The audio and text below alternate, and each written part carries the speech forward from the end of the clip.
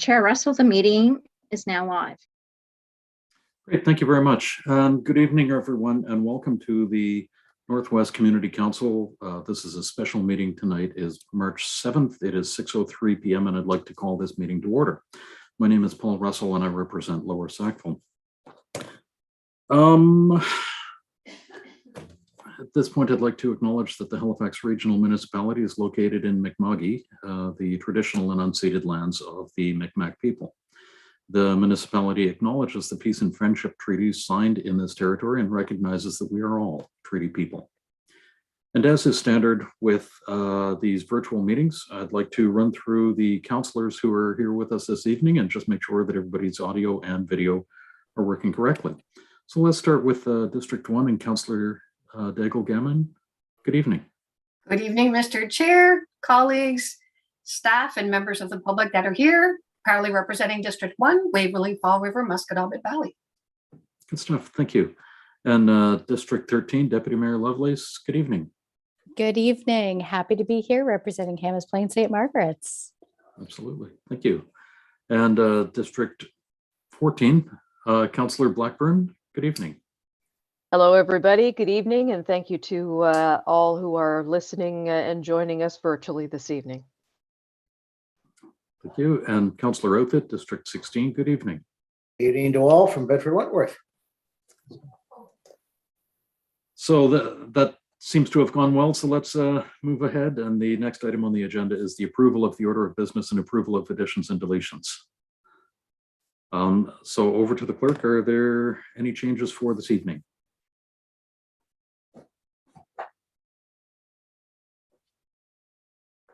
Andrea? Sorry, apologies, Chair Russell. It's okay. I thought we lost you there for a minute. No, I was just checking a voicemail from someone who's trying to connect to the meeting. So I believe you're asking about whether or not there's any additions or deletions to the meeting, and there's no additions or deletions to the agenda. Great, thank you. My apologies. No, it's all good. Thank you very much. So can I have someone move the order of business, please? So moved, Mr. Chair. Moved by Councillor Daigle-Gammon. Second. Seconded by Deputy Mayor. Nothing from the committee on any changes. So all in favor of the agenda as presented, please signify by saying aye. Aye. Aye. All opposed, say nay. Great, thank you. We have an agenda. So the item 3 is missing on my agenda. That is probably a call for a declaration of conflicts of interests. Yes. And I don't see any. So we are moving on to item 4.1, which is case 23653, the appeal of site approval on Fall River Road. And I'm going to ask Roxanne, I'm going to ask the legislative assistant to speak for a minute.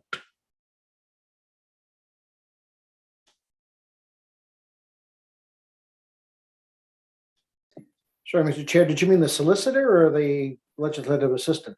My notes say legislative assistant. Yes. Okay. And my apologies, my mute button wasn't working. There we go. So, sorry. Before we begin tonight's appeal hearing, I wish to advise the members of Northwest Community Council that your consideration and deliberation for the appeal of the site plan approval is restricted to the staff report, including the notices of appeal that are included in the report, as well as the presentations that you will receive this evening from the appellants, the applicant, and any interested person that Community Council decides qualifies to speak to the appeal. So with that reminder, I'll just hand it back over to you, Chair Russell. Great, thank you very much, Andrea. And I'd like to thank everyone for joining us today for a virtual appeal of the site plan approval hearing. The order of events for this virtual hearing will be the same as a regular site plan approval hearing. We will start with a staff presentation. Then the appellants will have an opportunity to present. After the appellants speak, Northwest Community Council will be asked to consider whether two speakers qualify as interested persons in this appeal. If a speaker demonstrates that they are especially affected by this decision in this matter, different than the general public, then they may speak regarding the appeal. After the appellant and any interested person speak, the applicant will make their presentation. A reminder to all speakers and those watching from home, as this is an appeal of a site plan approval, the only parties able to speak are individuals who live within the notification area who registered as an appeal of the development officer's decision and the property owner. I have the final list of speakers and will be calling speakers in that order. Speakers, please remain on mute until your name is called. So at this point, I'd like to proceed with a staff presentation. And for that, we have Trevor Creaser and Aaron McIntyre. So Aaron and Trevor, the floor is yours. Thank you, Council. We're just trying to get set up. We can see slide 1 now, and we can hear you. Great, thank you very much. Well, good evening, Council. I'm Trevor Creaser, Principal Planner and Development Officer with Current Planning. I'll be presenting case number 23653, the appeal of the Development Officer's decision to approve the site plan.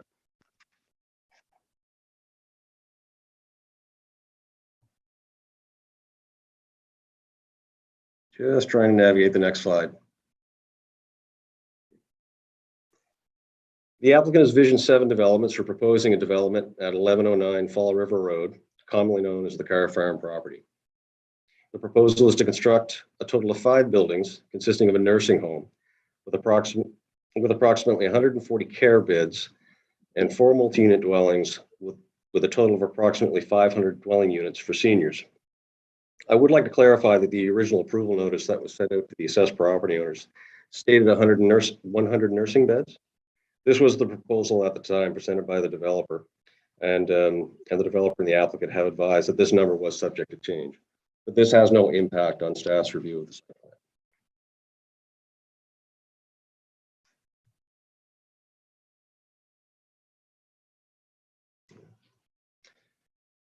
This shows the location of the site within the Fall River community and the outline of the site boundaries.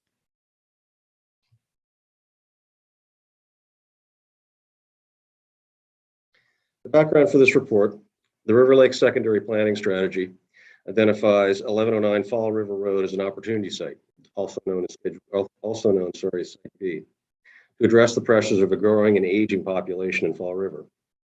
In March 2019, Planning Districts 14 and 17 Municipal Planning Strategy and Land Use Bylaw were amended by Regional Council to include the RLRC, River Lakes Residential Campus Zone. In April 2021, the Land Use Bylaw was amended by Northwest Community Council to include a nursing home as permitted use within the RLRC zone. This next slide lists the permitted uses within the River Lake zone as approved by Council, which are the primary uses being proposed under this site plan approval.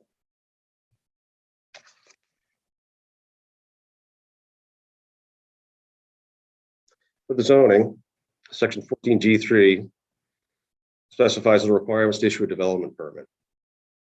No development permit shall be issued by the development officer for any use permitted in the RLRC zone unless site plan approval has been granted by the development officer for the development. This is kind of the first stage where we're at now. No development permit shall be issued for a development in the RLRC zone unless the required uses and requirements as set out in 14G through 14G9 have been met. The requirements for 14G9 are in bold, is the site plan approval criteria for which this application was reviewed specifically. The charter sets out the following criteria by which the development officer shall approve an application for site plan approval. A development officer shall approve an application for site plan approval unless the matter subject to site plan approval do not meet the criteria set out in the land use bylaw, or the applicant fails to enter into an undertaking to carry out the terms of the site plan. To be approved, any proposed site plan approval must not conflict with any of the site plan approval requirements set out in the RLRC zone of the land use bylaw. This is the site plan that was approved, which will be discussed in more detail throughout the presentation. But to highlight, Building A is the proposed nursing home. Buildings B to E are the seniors apartment buildings proposed for this development. The elevation of Building B at the bottom was included for illustrative purposes only and was not part of the site plan approval criteria review.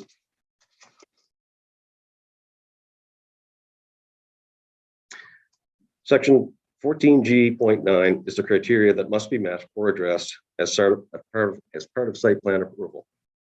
The application requirements listed in Appendix B have been met. A scaled site plan was provided in sufficient detail showing the proposed buildings in the general area of development as shown in Schedule O in the land use bylaw. So the specific criteria sets or applications for site plan approval shall be in the form of Appendix B. Those submissions have been made. All applications for site plan approval shall be accompanied by a site plan drawn to scale in sufficient detail to address matters identified in this section, and that has been provided and shown on the site plan. All proposed and existing buildings shall be located centrally on the site as generally shown in Schedule O in the area of development. And as the upcoming slides will illustrate, these have been shown. This is the detailed site plan, which is drawn to scale and displaying the necessary information for site plan approval. Scale is indicated on the plan, as well as the overall position of the proposed buildings. Next slide.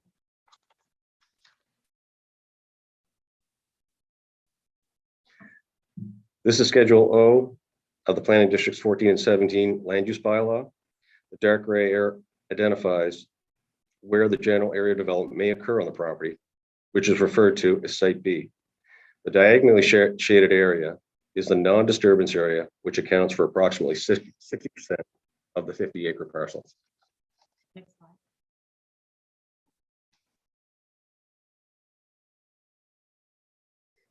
This is the key plan from the approved site plan, which shows the entire lot and illustrates the proposed buildings are located within the general area of development, again, as shown in Schedule O of the land use bylaw.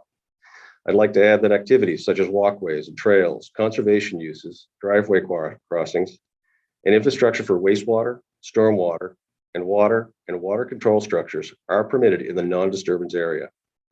Area 2 illustrates the approximate location of the stormwater retention pond, and Area 3 is the proposed wastewater treatment facility, and additional detail is provided in attachment I of the report. Next slide.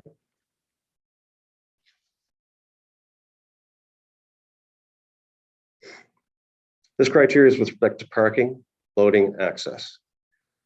All proposed parking and loading facilities shall be located in close proximity to buildings, centrally located on the site, as generally shown in Schedule O. The site plan shows all proposed parking and loading facilities.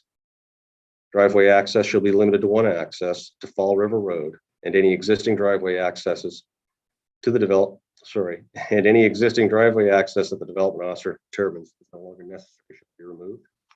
The next slide will illustrate this criteria set on the plan. Next slide, please. I've lost the volume a bit there, Trevor. Sorry, did you need me to go back? I can hear you again now, thanks. Okay. A single driveway access is proposed in the Fall River Road as illustrated on the plan. Parking is proposed to be underground and along the internal driveway located within the general area of development. There is no parking proposed in the non-disturbance area. Next slide.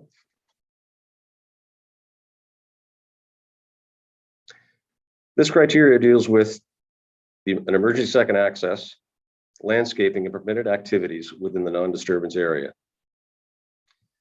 Section 3D, an emergency secondary access shall be provided to Cummings Drive or Ingham Drive as required. The plan shows the proposed emergency second access to Cummings Drive. Landscaping, hedges, or fencing shall be used as buffering along yard setbacks, parking areas, and along property lines. The site plan shows proposed landscaping and utilizes existing vegetation along the side yard setbacks and parking areas.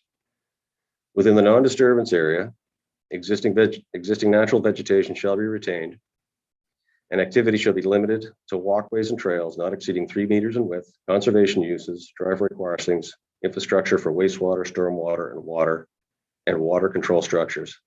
As the next slide will demonstrate, the site plan shows the existing natural vegetation is to remain within the non-disturbance area, and activity is limited to walkways, trails, driveway crossings, and water infrastructure features. Sorry. Again, the Cummings Drive entrance, as illustrated on the plan, is reserved for emergency vehicles only. The Ingram Drive entrance is proposed to be closed to motor vehicles. The areas in green are where landscaping is proposed or existing vegetation is to be utilized. Next one.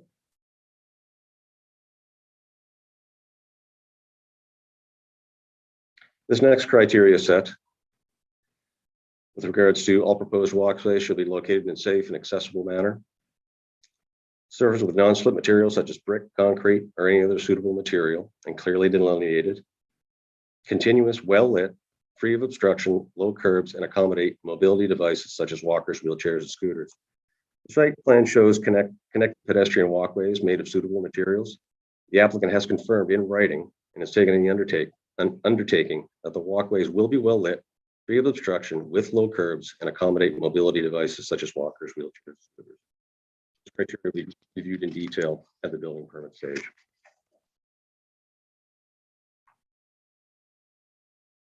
So this plan shows the yellow highlighted shows the proposed non-slip and barrier-free surface materials for pedestrian walkways, cycling paths, and vehicle and driving and parking. Next slide.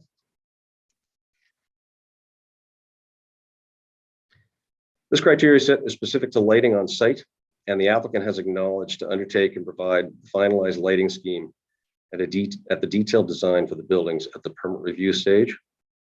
But in general, all lighting devices shall be designed to direct light into driveways and parking areas. Different purpose-oriented lighting shall be provided, such as flush-mounted fixtures. Lighting shall comprise of full cutoff fixtures that are properly shielded to reduce spillover of lighting on the adjacent properties. Next slide.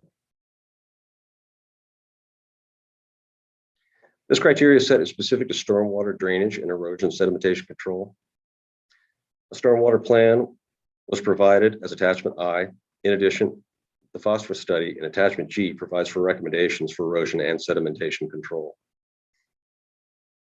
So this criteria set details any alteration of land, including removal of topsoil, shall be undertaken in a manner which does not impact negatively on the natural function of any watercourse abutting the property. And measures are identified for the effective drainage of stormwater within the development, as well as any downstream or upstream areas. The storm drainage plan is included in the report as attachment I.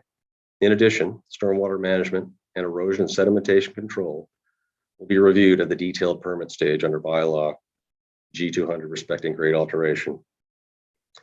Further, since the approval of this criteria set in 2019, Regional Council has since adopted the grade alteration bylaw, which again will require detailed grading and erosion and sedimentation control plan under separate review and permit prior to any excavation on site.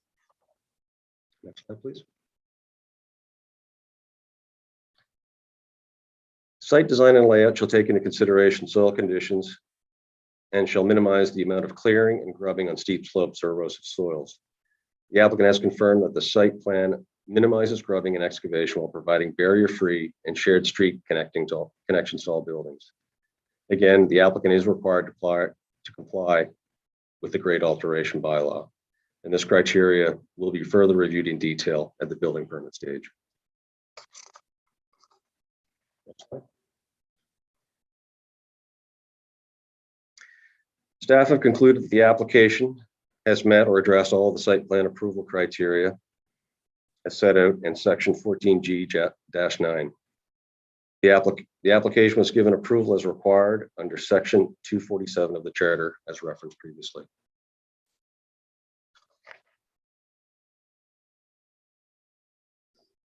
Some of the points for appeal, which are summarized, include increased traffic, environmental concerns, form and density, impacts of blasting, impacts to schools and emergency services, and many of these reasons for appeal are not part of the site plan approval criteria. Staff's response to these concerns are included in the report, and all of the letters of appeal are included as attachment E.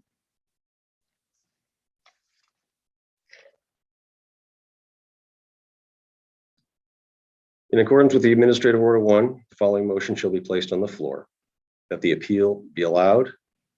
Community Council approve the appeal will result in refusal of the site plan approval. Community Council denial of the appeal will result in approval of the site plan approval. And staff recommend the Northwest Community Council deny the appeal. That concludes my presentation, and I'll be available for any questions. Thank you very much for that presentation, Trevor. And at this point, we look for any councillors who have a question for Trevor. And go ahead, Councillor Daigle-Gammon. Thank you very much, Trevor, for the presentation. I'm sure somebody is going to keep me honest and tell me when I'm asking a question that isn't relevant, I'm sure. So at this point, it is questions of clarification about the presentation. I understand that. Thank you. In the presentation, we talked about the traffic study that's met, and in one of the slides, it shows a left-hand turn, I believe, and on slide 16, maybe. Yes, You can correct. see where it says the Fall River Road. So is that something that is going to be built by the applicant that became part of the traffic study recommendations? That's correct. Yeah, that was identified in the traffic study, and that will be a requirement for permit approval moving forward. And the applicant will be responsible for those upgrades to the Fall River Road to accommodate that turning lane. Is it at permitting that we find out whether or not there would be lights there? Correct. I assume our engineering staff would review that with any lighting requirements at the time. Okay. The traffic study was done 5 years ago in 2017. That's my understanding, correct? Okay. So that's my question on that. I have another question on the phosphorus study. And on the phosphorus study, it didn't include any treated effluent coming from, the phosphorus study. It didn't include any loading of treated sewage effluent leaving the property. So I'm wondering, why not? The policy set was specific to the erosion or the phosphorus, I guess, leaving the site. It didn't reference anything with regards to the treatment of the effluent, which is under Department of Environment regulations. Okay, the elephant in the room. So the applicant may be able to address in more detail the contents of the phosphorus study. Okay. And I have one more quick question for clarification, and that was around the storm water. I'm trying to remember where that was. Sorry, I had it marked.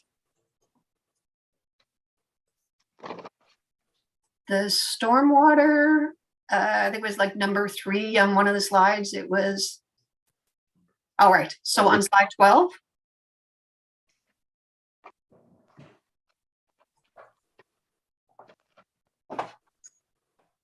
And I think that's where it says, sorry, I'm missing my slide number here. I apologize. It is shown on slide 10. It's inset in the key plan, Councillor. Yes. Okay, so it's in size 10, but it says a holding pond. I was just wondering if you could tell me what that is. It would be a stormwater retention pond. Trevor, could you describe what a stormwater retention pond does, please? It's probably best if we have an engineer on in the room to probably describe that, so I don't miss a cue. I don't know. Is there anyone available to detail that answer? Yes, we have development engineering on the line. Peter.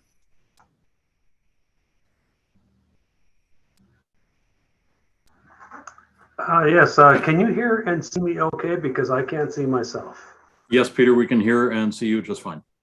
You look great. Okay. Thank you, Mr. Chair. Now I know you're lying. My name is Peter Duncan, and I'm the Director of Infrastructure Planning.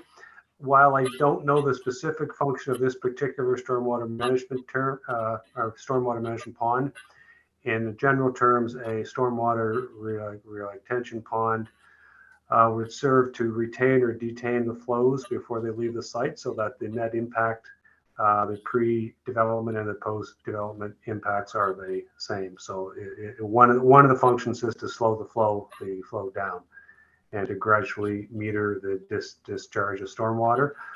They also serve to increase the quality of the stormwater as it's leaving the site by allowing any sedimentation in the stormwater to settle out.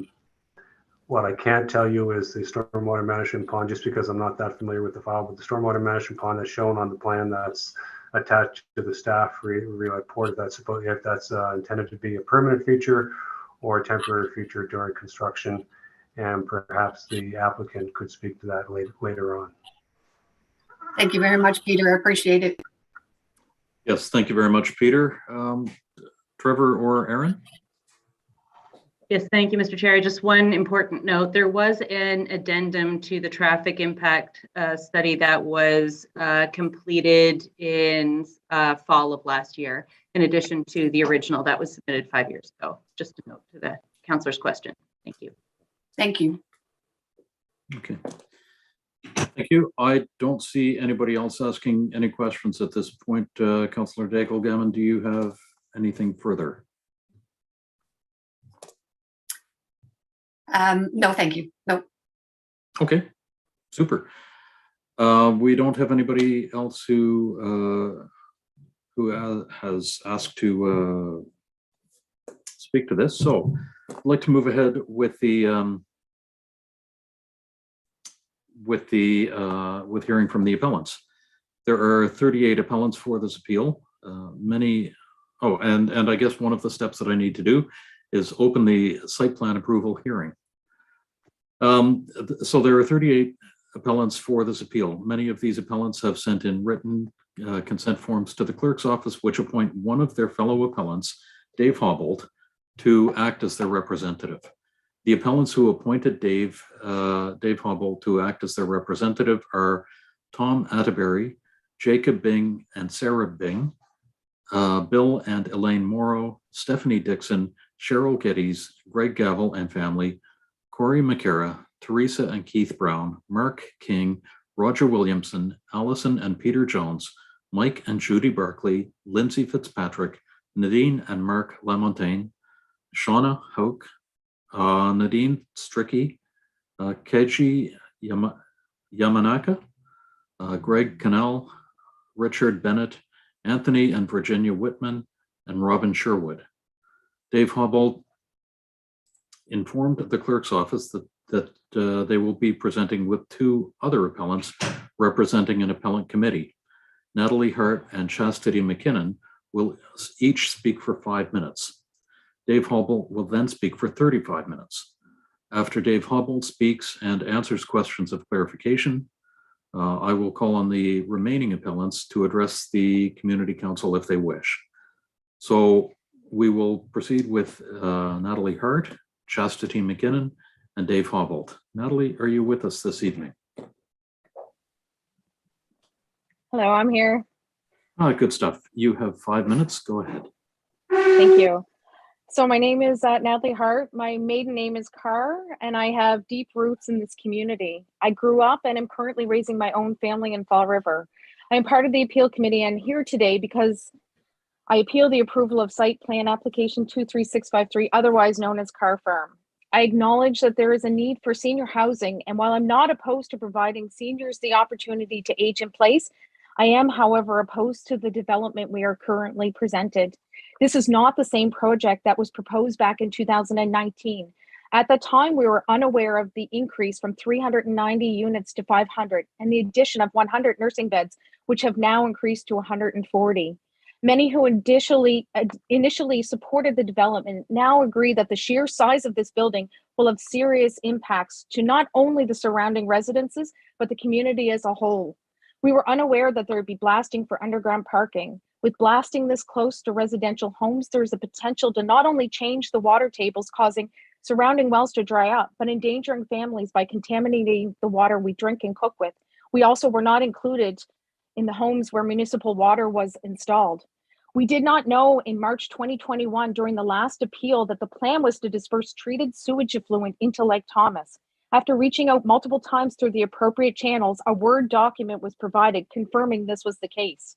While the document says it's a state-of-the-art system, we cannot forget in 2009 when Halifax's brand new sewage treatment plant malfunctioned and pumped raw sewage into the harbor. Or in 2018, when a power outage caused the Dartmouth sewage plant to also release raw sewage into the harbor. I ask, why would we put our lakes in more danger when we don't have to? This does not and should not be accepted by the community nor the council. We did not have the traffic study until recently.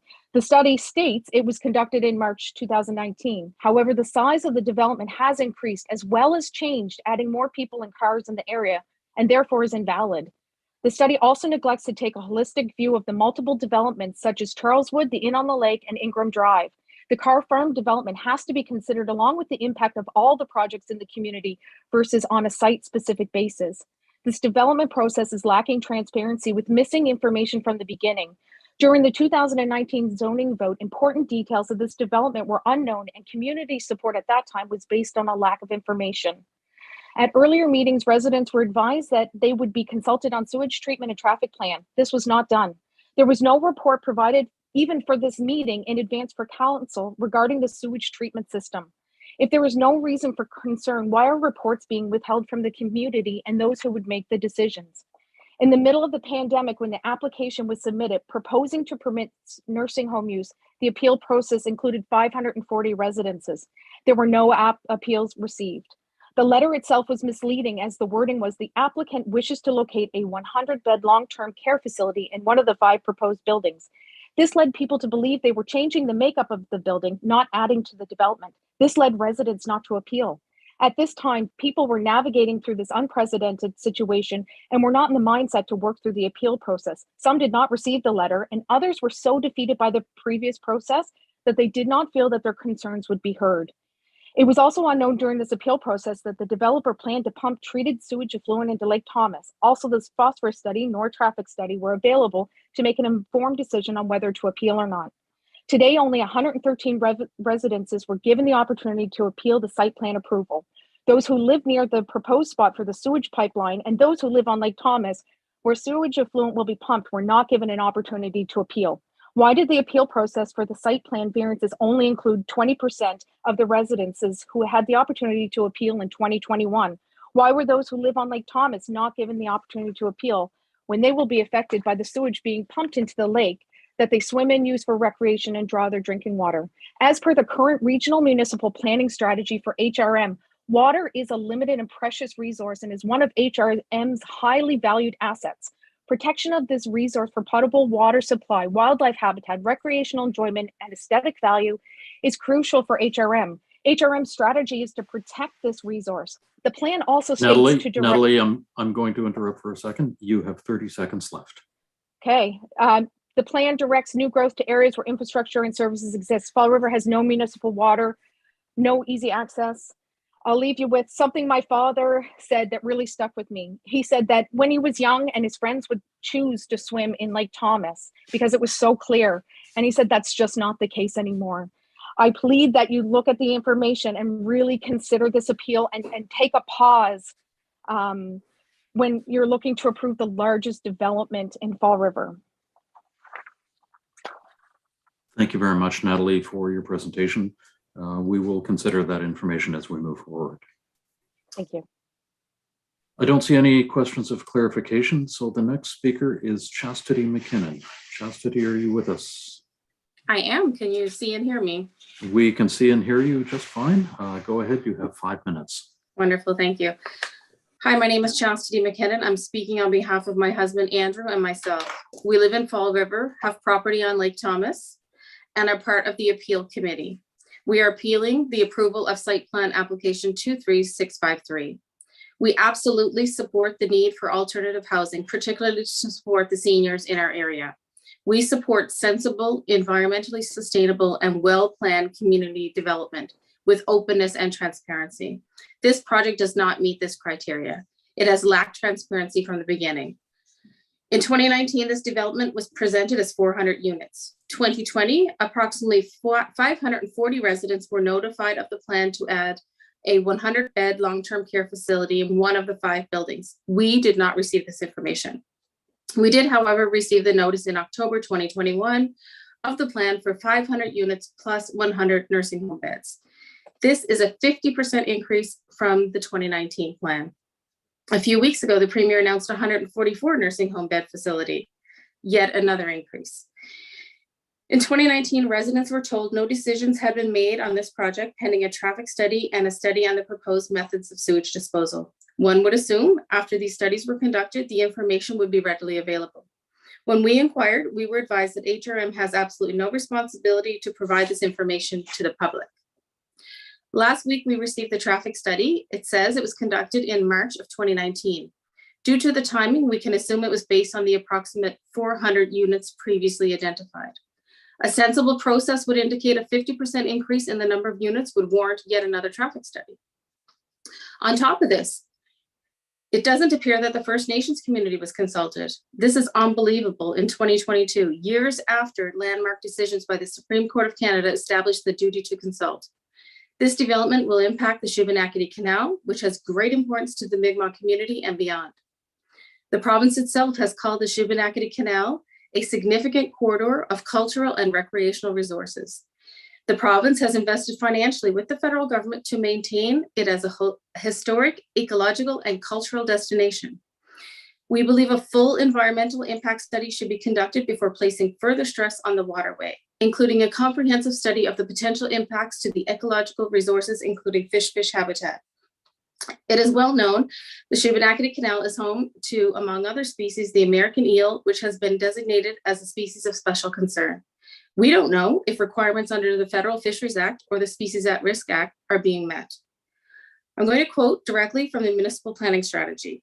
HRM's vision for the future is to enhance quality of life by fostering the growth of healthy and vibrant communities and a sustainable environment.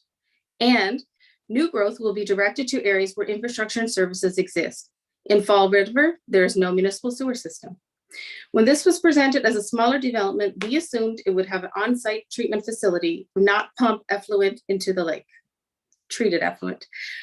When we learned of the plan for the sewage treatment facility, we asked for details and environmental studies. We do not know if all potential impacts have been considered when designing this plant, including microorganisms, metals, impact on fish habitat, distance from residential areas, prevailing wind directions, etc. After numerous requests, we received a one-page summary of the septic system with no details on capacity, outflow parameters, monitoring system, and emergency measures.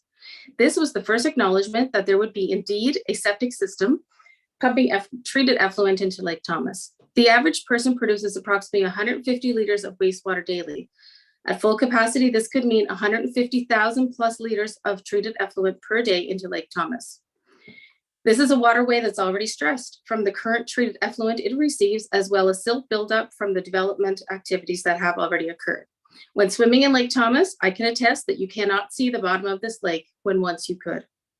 If details of the sewage plant was shared with residents along with environmental studies, it may ease our concerns. Simply put, we don't have the information on this project and there hasn't been enough transparency. We do not feel confident it is a sensible, environmentally sustainable, well-planned community development.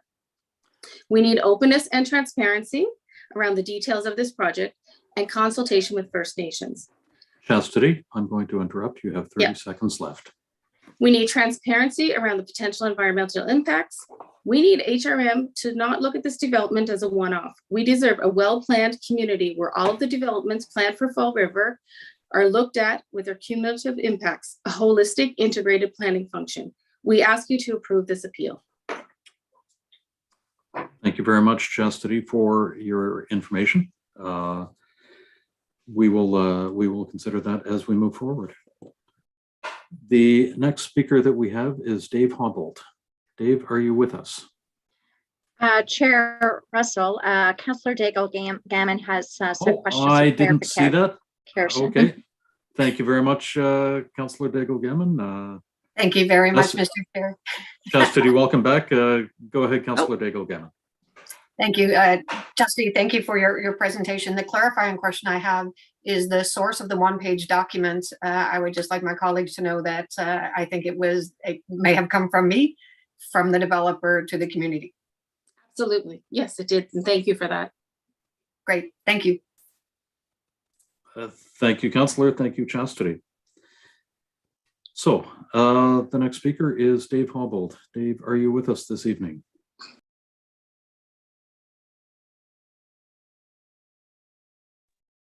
Oh, there we go. Maybe that'll work. I can hear you and I can see you. Good evening. Good evening. You have 35 minutes. Go ahead. Andrea, have you got my slides up by any chance? Actually, my colleague, shortly, and it's just about to start. And we can now see your slides. We are looking at the opening slide. Go ahead, Yep, Dave. Thank you. Thank you. Yeah, you can go right to slide 2. And again, I'd like to thank you for the opportunity to appeal the Car Farm Apartment Development. I am Dave Hobelt, and my family and I live on Lake Thomas Crescent in Fall River. We moved to Fall River in 2007 and bought what we believe may be the oldest home in the area. Our home was built in 1913 by descendants of Mr. Clark, the developer. While it may be old and have a rock foundation, we take great pride in maintaining our property and participating in our community. We moved to Fall River from Cole Harbor, and like most folks in the area, wanted to live in a community with a little more nature, less traffic, a little more land, a place with a more rural feeling.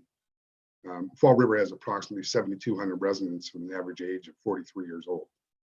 I'm also a senior, and my occupation is to sell construction cranes to developers, construction companies, and crane companies. So I deal with developers and the like every day. And I'm clearly not against seniors or any sensible development in our area. We all feel seniors need and deserve a place to live in our community. However, we feel this development was wrong for our community for many reasons. Next slide, please. Should be slide 3. When I received the appeal letter for the Car Farm complex in October 2021, I was very concerned. I asked other residents for their opinion and heard more concerns about risks that the apartment complex would inflict on the community. Concerns were regarding the size of the entire complex, blasting, lack of infrastructure, traffic, sewage, among others. I spoke to many of the affected residents who felt it wouldn't matter what we said, and the development was going to proceed, and they were not going to appeal. When I approached them with the idea that we should work as a group, many said they would participate. So I started a residents appeal committee.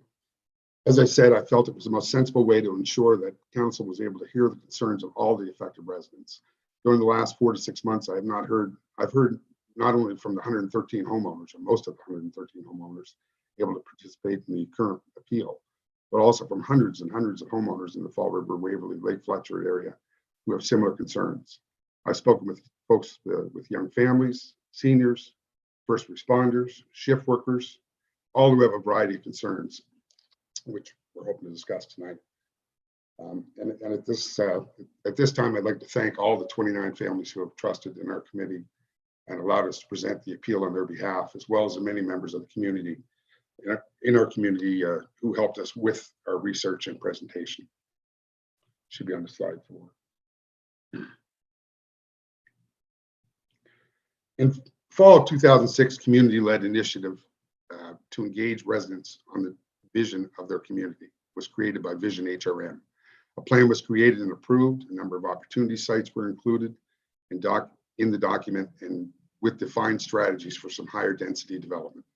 One such site was the old Car Farm property, deemed as Opportunity Site B.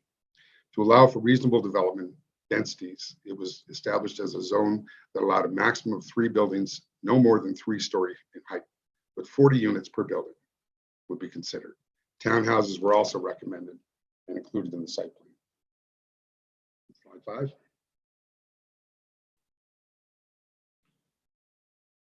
A Facebook group was created by the landowner and proponent of development on Site B. The development vision allowed and originally presented was for 3 apartments, 120 units, 64 townhouses. The installation of municipal water began about this time. And I'd like to also include that, the water was run through our Fall River Road. Not everybody could access that water. Peter and Allison Jones, who live directly across from the development, were not able to get water, and as were others on Fall River Road. The elevation was too high for the water to go up. Slide 6. In 2017, the amendment use bylaw was requested to allow 4 to 5-story multiple buildings of 8 units per acre. Open houses were held. Sanitary wastewater, along with other concerns, were raised by residents after the first open house. Community members created their own Facebook groups to make residents aware of the changes. Volunteers, both for and against the new plan, work to influence the project in their respective desired direction. Slide 7. In June 2017, the proponent makes a Facebook posting that based on feedback and work with HRM, the new proposal with the building height change from 4 only 5-story buildings to 5 only 4-story buildings. Slide 8. In March 5th, 2019, there was a full council hearing where this new zone was passed. Most believe the density limit was 8 units per acre, 400 units total based on what was presented and what was said during the hearing. It was verified in 2022 that this is not a density maximum in the zone they had just approved. The applicant can have as many units as they could fit within the development controls as stated. Slide 9. This brings us to November 2020, when 540 residents received a letter for the opportunity to appeal the application to locate 100 long-term nursing beds in one of the 5 buildings with a hearing date of March 8, 2021. The letter was sent during the second wave of COVID, and the depiction of the back of the letter clearly show 5 buildings with a total of 390 units, with the removal of one of the 80-unit apartments for the long-term care home. It was assumed by most that it meant that there would be 310 apartments on site. The community was unaware that in the fact that the number of units was increasing to 500 in addition to the 100 nursing beds, which is now 144 bed nursing home. The motion passed during that meeting with no residents opposing the changes.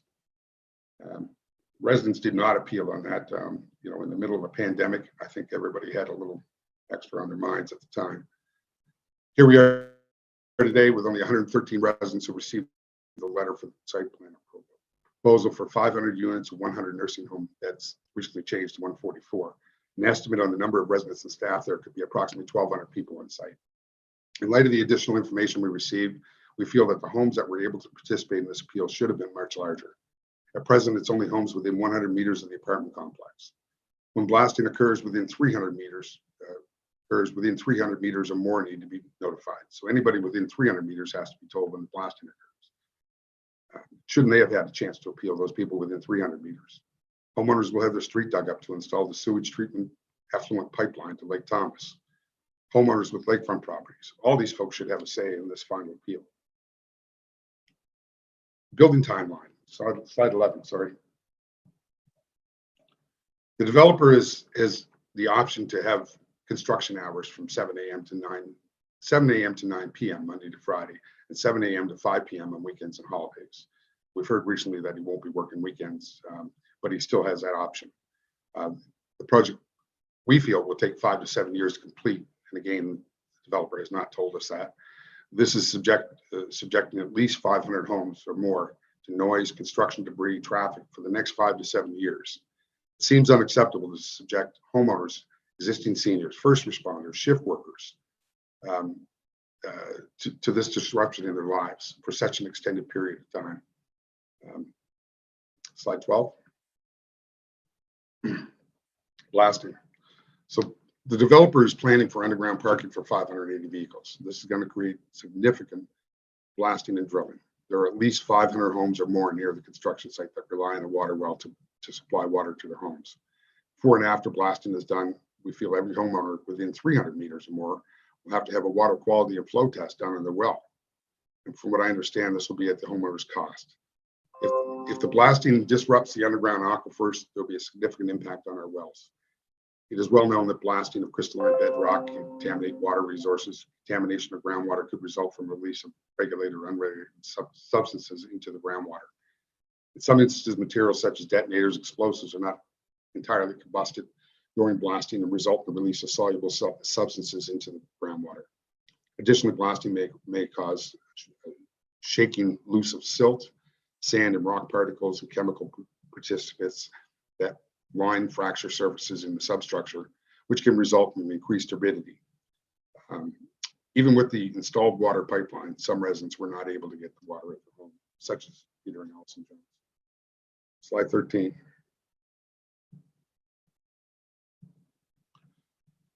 Traffic with the current proposal of 500 apartments plus 144 nursing homes, as we said, there's a possibility of at least 1,200 people with 580 underground parking spots and unknown number of above ground spots. Indeed, a complex for those 55 and older, most will have at least one car. With the population working much later in life, many of those residents will still travel to work. If we take a third of the residents still working, this could be a potential for at least 160 cars a day coming and going from work. Not to mention the nursing home staff, taxis, delivery people, service people, etc. It's reasonable to assume that there could easily be 175 to 185 cars a day coming and going in peak hours. The 118 highway is dangerous, which prompted the roundabout to be installed, which has alleviated some of the traffic. Even with the new exits in Burnside and Wellington, people will still come to Fall River for gas, shopping, groceries on their way to and from work. The traffic impacts study was conducted independent of other current and proposed developments in the community. The study was conducted based on land use 252 senior adult housing, which the developer has yet to commit to, and based on his site plan is not intended use. Traffic study admits that there was existing queuing problems during peak times in 2019. Extra traffic can only add to that. The traffic was studied for a single 24-hour period for each intersection. The main intersection between Highway 2 and Fall River Road studied on June 27, 2017, which is 1.5 years prior to the initial report and almost 5 years removed from today. Additionally, this survey would have been taken on the last day of school before the summer break. Therefore, due to the number of schools on that feed, this intersection means traffic is not representative of a typical day. Revised traffic study does not include any updated traffic studies to confirm the validity of the measurements taken in 2019, 2.5 years prior to this one. It confirms that the proposed mitigations have not yet been completed, and even HRM should review the traffic volumes to continue planning and needs for the study intersection. Photos in the report that were taken seem to be of off-peak times. Slide 14. Phosphorus study, attachment G, was not very detailed and is missing some critically important information. Study largely deals with runoff, for the most part omits any discussion of how sewage will be dealt with post-construction, only saying that it will be treated at an on-site sewage treatment plant with pipe discharge into Lake Thomas. That will meet, it's supposed to meet all regulatory requirements, despite admitting that urban sewage is a greater priority for control measures. Figure 1 also omits the sewage line proposed discharge into Lake Thomas. Any of the drawings we've received have never shown a pipeline leaving the property and going down through our neighborhoods and into Lake Thomas. Additional culverts needed to be correct to changes in the elevation of the property. Without this information, we, and including HRM staff and councilors, cannot determine how far the effluent line will protrude into Lake Thomas. I don't know how HRM staff could independently evaluate the impact on the Lake Thomas or its watershed. Additionally, it doesn't appear that this line was ever present on any report or any presentation that we've ever looked at. Study claims it only considers that only the area immediately around the development will be disturbed, except for a small sewage treatment plant building. Based on the site plan, this is untrue. Because of the plan includes a large stormwater pond about the same size as the core of the nursing home, need to be dug between 50 and 200 feet into the undisturbed area. It also doesn't include the access road or the area that needs to be excavated along the property line for sewage movement from the development to the sewage treatment plant. All told, it potentially emits 40,000 square meters of additional cleared land and 20,000 meters of construction area.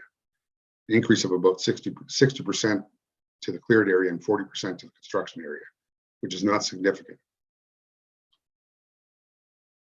Which is not insignificant and cannot be neglected by the study.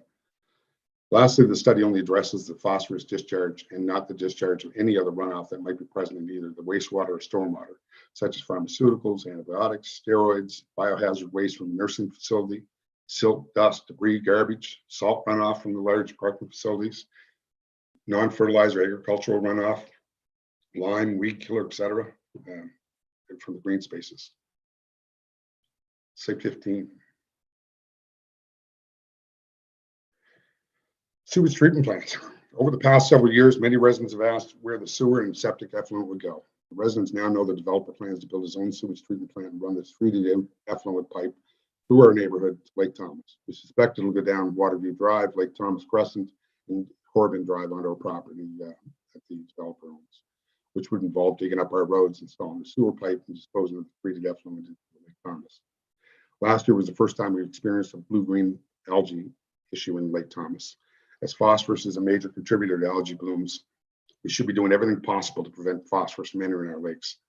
At present, sewage treatment plants from Halifax Water, there's a plant in Fall River and one in Aerotech, which flows into Miller Lake and down into our lake, as well as in Untitled Lake, pipe treated effluent into Lake Thomas. The water from Lake Thomas flows into Lake Fletcher, where it's treated for drinking water and sent to residents, then flows onto Grand Lake. Last year, 2 dogs died and a woman was taken to the hospital due to dangerous levels of blue-green algae. Slide 16.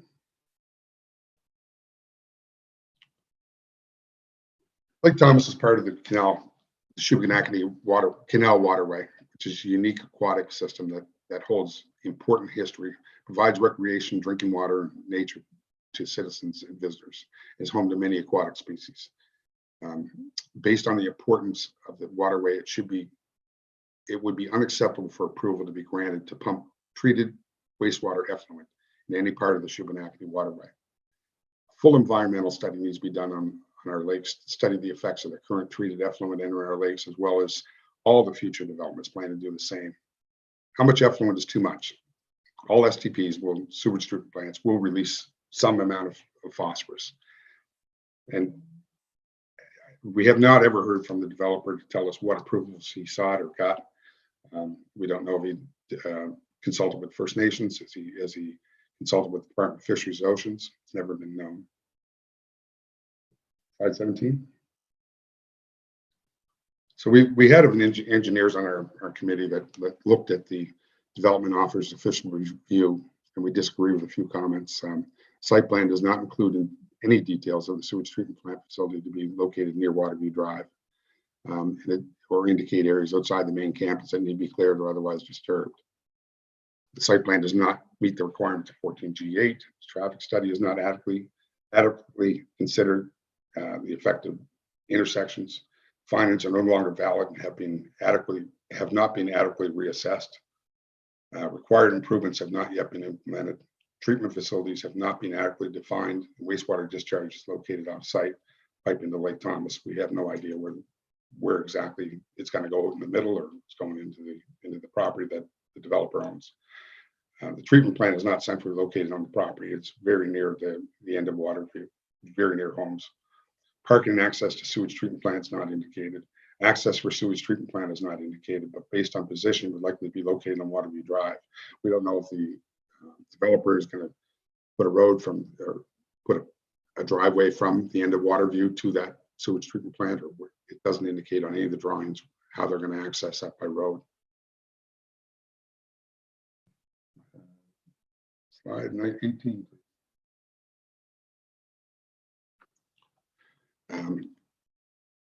To further those points, the sewage treatment plant and stormwater pond are located within the non-disturbance area, while technically water infrastructure such structures do not align with the spirit of the criteria.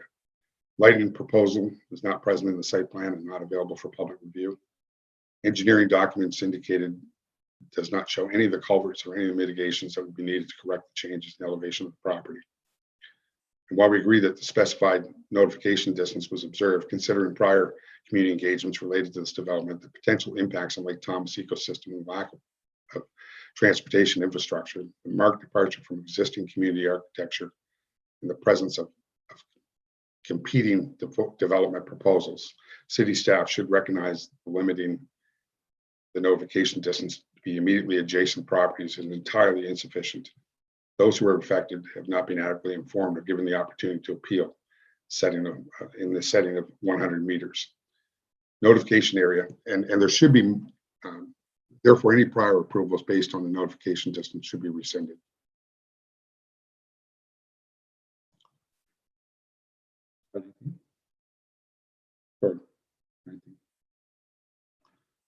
Community wishes would seem to have been lost along the way. Council's vote potentially forever alter the feel of Fall River. I know that long-term care is needed, but I ask that you do not move forward in haste.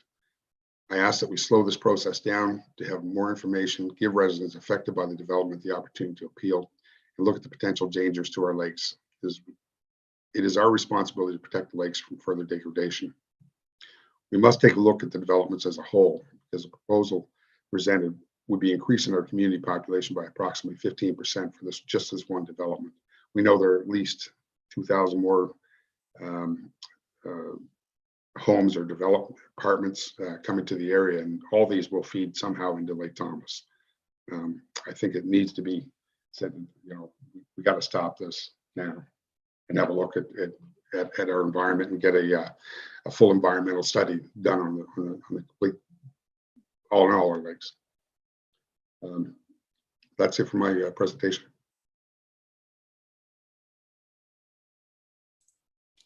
Okay, thank you very much, Dave, for your presentation and for all of the information.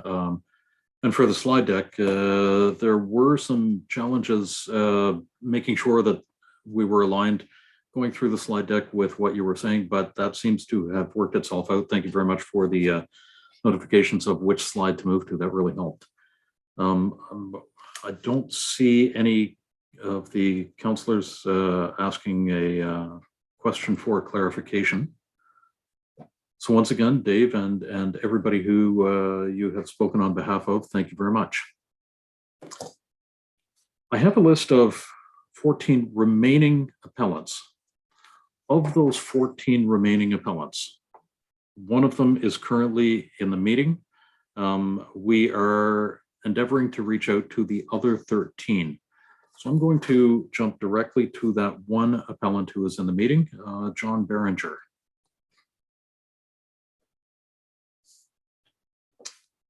John, are you with us this evening? You might be in as an attendee, and the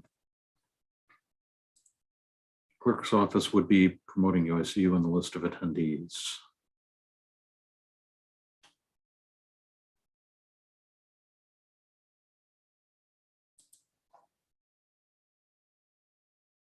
John Berenger, good evening. Are you with us this evening?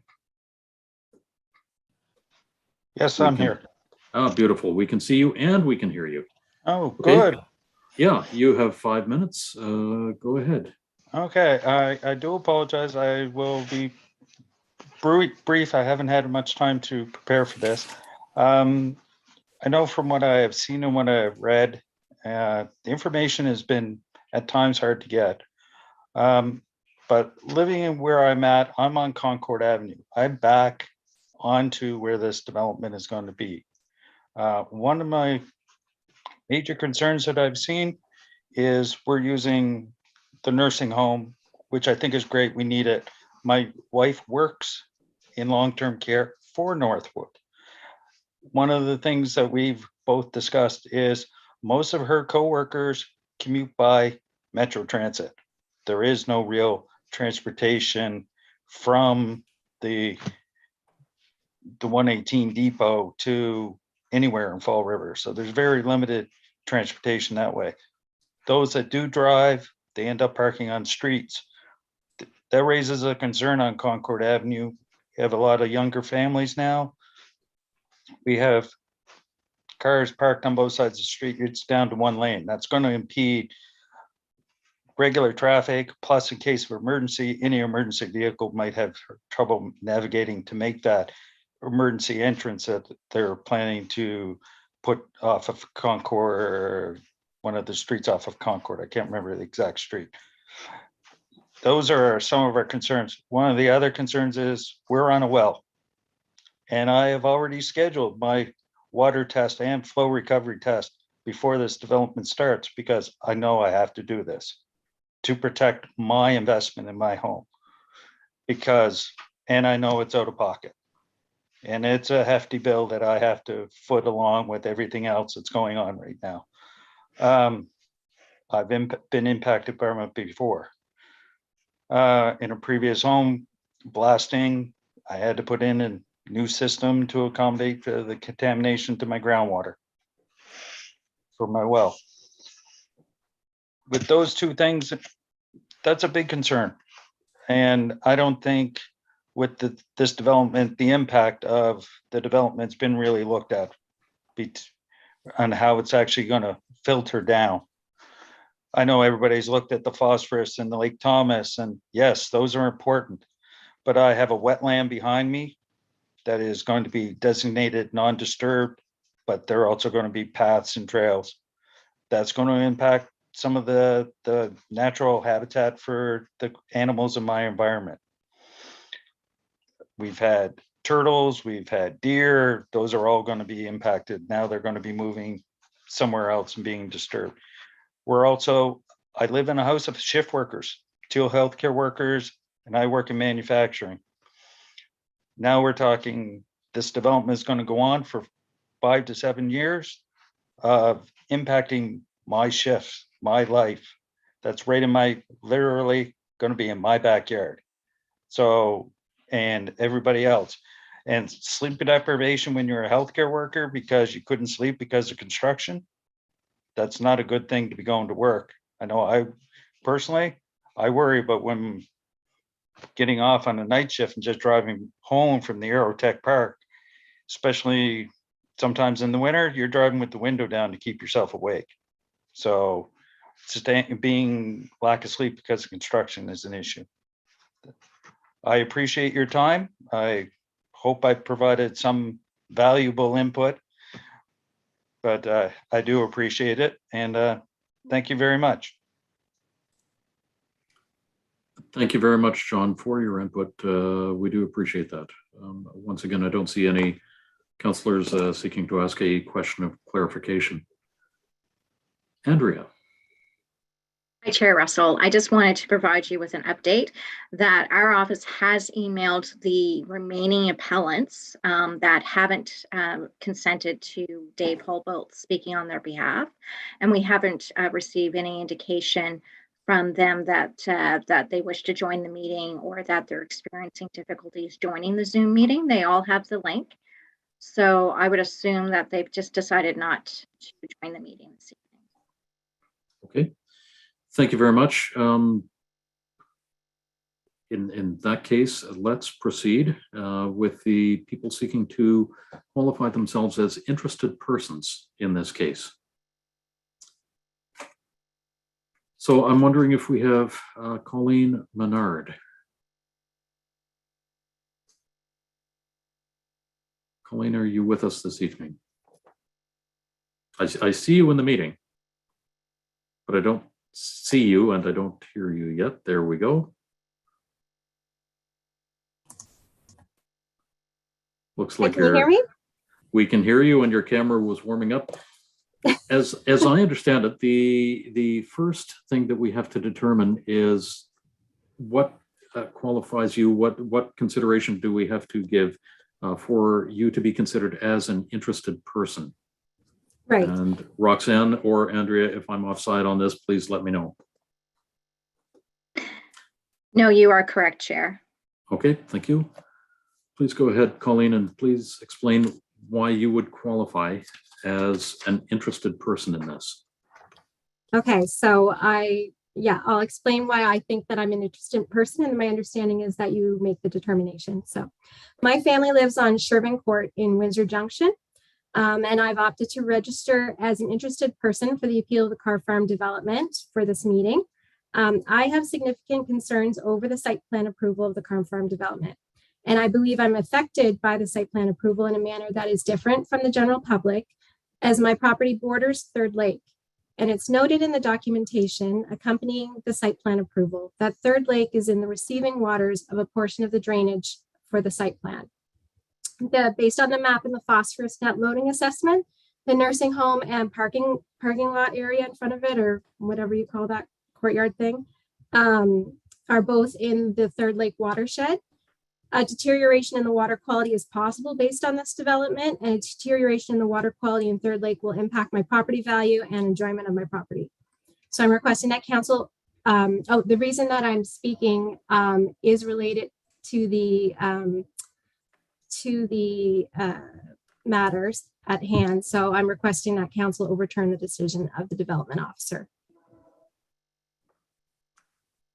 Thank you for that. Council, what is your wish as far as allowing further commentary from Colleen? Mr. Chair, is there a requirement for a motion to consider? Yes. Is there a motion that's required? Then I would like to make a motion that Colleen Menard be allowed to speak at this appeal hearing, please. At this an approval appeal. Okay.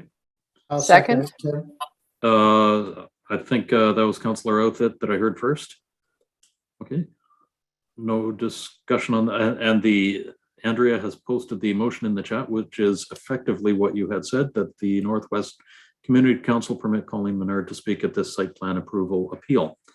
Question. The question has been called. All in favor, please signify Aye. by saying aye. Aye. Aye. All opposed say nay. Great.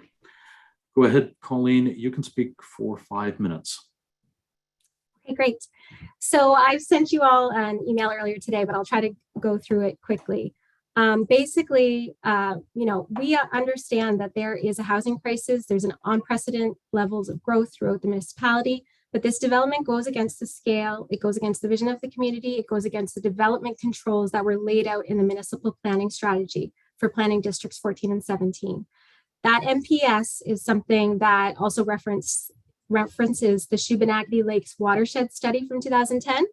And the MPS says that given the urgent need to allow for alternative housing forms, the River Lakes secondary planning strategy will allow the consideration of townhouse developments and low-rise multiple unit dwellings within a few locations through the provisions of a development agreement.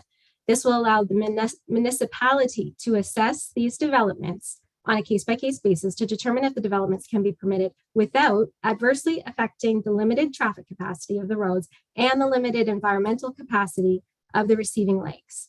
So based on the information that was provided as part of this meeting report or agenda, the criteria that's set out in the land use bylaws have not been met. And so the application for site plan approval should have been denied by the development officer upon review of the inadequate phosphorus net loading assessment. It's up to the municipality to assess this development against adverse effects to traffic and environment, not other levels of government. Now, I noted that in the listing of appellants' complaints, nothing was applicable, of course. So one of the things that it was noted was that this is for another level of government. You know, the effluent, that's another level of government. There was plenty of references like that. But based on the PNLA, the nursing home and parking area that are located in the Third Lake watershed are of particular concern to me. I know a lot of people are concerned about the Lake Thomas aspect as well, but that's the piece that I was concerned about. The long-term protection of the lake system, it's what's key to me. And our municipal planning strategy says that the potential for perceived and real land use conflicts, such as the encroachment of industrial uses into residential areas, and public and scientific community concerns for the long-term protection of the area's important lake systems require careful attention to the application of the land use designations. And there's more information that goes into the details about how the water quality is related to malfunctioning on-site septic systems, depletion of groundwater resources, inadequate buffer zones, the current status of the lakes to receive wastewater effluent, and the impact of stormwater runoff. So we know that's the reason why there is a requirement for PNLA. And I know that a lot of people who support this development, the seniors who want a place to live, they're probably just going to say, these are just NIMBY comments. It's just a not in my backyard person from Fall River who doesn't want any kind of development at all, doesn't want to see any apartments anywhere. And that's not true. We think that we need diversified housing in this area, but the need for multiple unit housing, it's already talked about in the MPS. It's already been considered. And the recommendations after considering the needs for diverse housing and considering the needs of preserving our lakes say that the MPS has to put controls on the future development.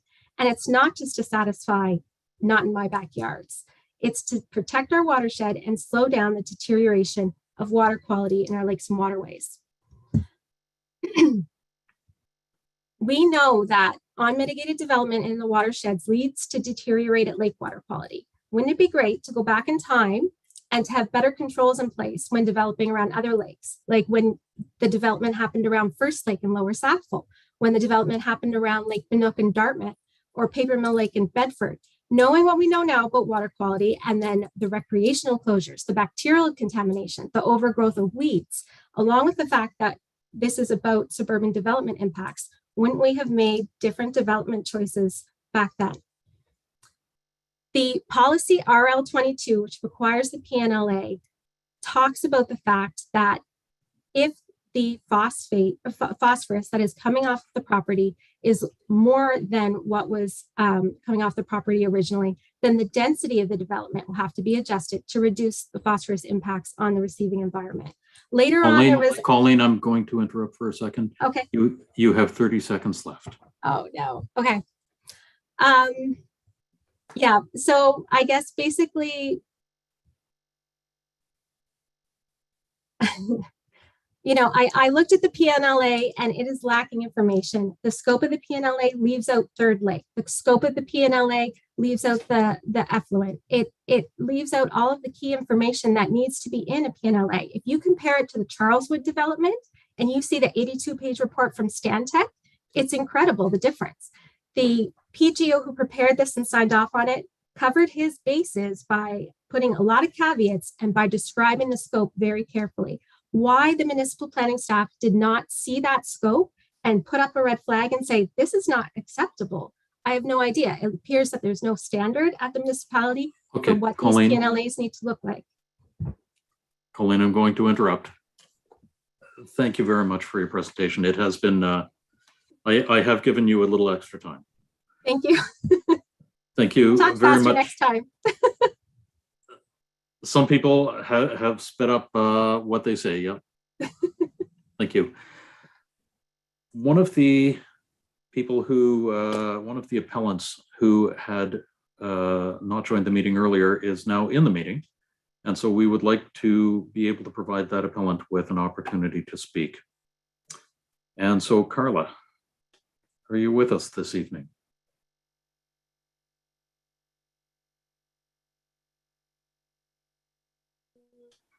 Hi. Hi, we can hear you. We can't see you yet, but that's okay. I can hear. Let's see. I don't think my video is going to work. Okay, that's fine. We can hear you anyway. Okay. Go ahead. You have 5 minutes. So I won't be 5 minutes. My biggest concern is that I am within the 100 meters of the development site. I am, like our family and all of our street on Concord Avenue, we're still on water wells. So we don't have city water. And the biggest thing that concerns like myself and a lot of our neighbors is our water wells being affected.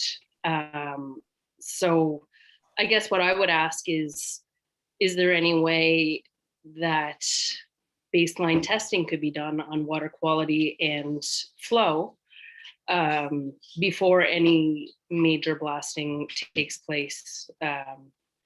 So we'd have something to, well, I don't believe that the residents here should be paying for these tests because it isn't a cheap thing going forward with this. So like I have an environmental consulting background. I know how these things can be affected, and it's just something that makes me really nervous about this whole development. So it's a question I have. So that's one of all. the, thank you very much, Carla, for that. One of the challenges with this format is it is an avenue for members of the public to provide a presentation, to provide information to council, be it community council or a committee or regional council. It is unfortunately not an opportunity for a question and answer. This is something I that understand that. That's what I wanted to say, is that I know that this can it can cause issues. So that's my issue with the development is I don't want my water well to be affected at a cost to me to do testing, like baseline testing, and then testing afterwards to prove that something has changed in my water quality or flow. And then if something has changed, up to me to install a new well or drill deeper or do something to fix it. So that's That's my 2 cents. Thank you very much, Carla. Thank you. We do appreciate your information and your consideration and your concern. I also don't see that any of the councillors have mentioned asking a question of clarification on that. So I'm going to move back to the list of those who might qualify as an interested person. And I'm going to ask for Ernie Lively to be promoted. Ernie, are you there? I am indeed, yes. Beautiful, thank you. So the first step in this is for us as council to determine if you are an interested person in this development. So if you could please provide justification for us to consider you as being an interested person. I grew up on Concord, presently live on High Road, and am one of the largest on-site sewage providers inside of Canada. Thank you, Ernie. I'm wondering, Council, what is your wish based on that? So, Mr. Chair, could Councillor Dago Gammon? Thank you. Could I request that the Northwest Community Council permit Ernie Lively to speak at this site plan approval appeal, please? Thank you. Do we have a seconder? Second. Thank you, Councillor Blackburn. Not seeing any questions in the chat. All in favor, please signify by saying aye. Aye. Aye. All opposed, say nay. Great, Ernie, we consider you to be an interested person in this matter. Go ahead, you have 5 minutes. Okay, I'll be brief. I'm a large proponent of this here development. I think it's a good thing.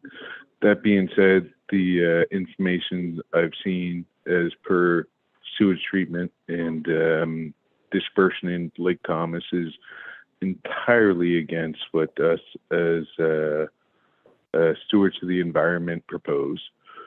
The absolute indifference on both costs is cost is 10 times as it should be, along with HRM taking on the liability of the in-ground infrastructure, along with the requirement of a full-time treatment plant operator is absolutely ludicrous. Nobody in my industry can understand it. The costs are too high. Just along with, say, for instance, the installation of the water line up the Fall River Road and its proposed cost, the street works alone on the dispersion for this good Lake Thomas, included in which the pumping and the treatment of the waters included in the acid shale could surmount to like $3.5 million outside of the treatment plant. So the question being, why would HRM1 even look to approve that street works and taking over the liability of the infrastructure? Two, why would the proponent there ever propose a treatment plant as opposed to on-site dispersion? And like the answer thereabouts always comes back to the design engineer, and that's understood given who they are. It's not reasonable nor acceptable. If they put this stuff back in the ground, I'm good with it. As it is right now to discharge into the lake, I'm not. That's what I have to say.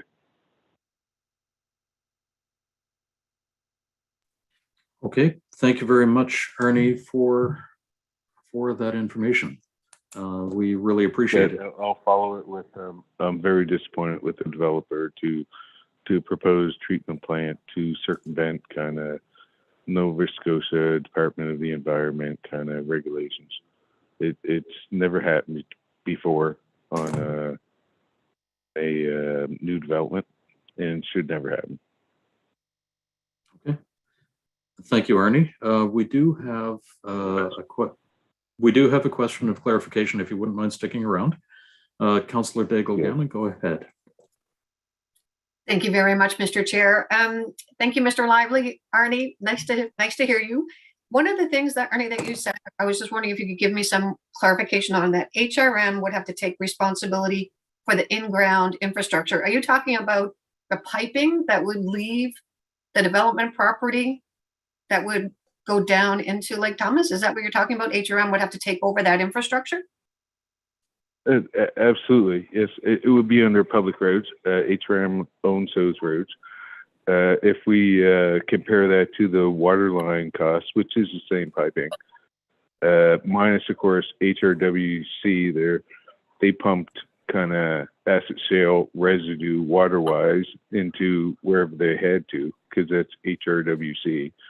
Meanwhile, Crombie, up there at the Sewage complex, when they had to install their water line, they had to treat it and through various tractor trailer plants. So if you take the numbers of whether roughly 750 meters of pipe work as opposed to 400 or 4,900 meters of pipe work, and then apply the overall cost from HRM as like 10,500,000 thereabouts. Like just the installation alone is $1.3 million, $1.4 million. If you add on top of that the disposal, say for the contaminated water, you're going to double that price. So how is it acceptable or even reasonable for just $3 million, $3.2 million in pipe work to outside, of course, fisheries and oceans permits and all the rest of it? How is that even reasonable when you can treat on site? Maybe it leads to, 10 years from now for the additional development of the unused lands there, whereas it should be capped at the moment and utilized in itself. Thank you. Okay. Thank you very much, Councillor Daigle-Gammon. Arnie, if you wouldn't mind sticking around for just a little bit longer, Councillor Outhitt has a question of clarification. Thank you, Chair, and thank you, Mr. Lively. So, Councillor Daigle-Gammon asked.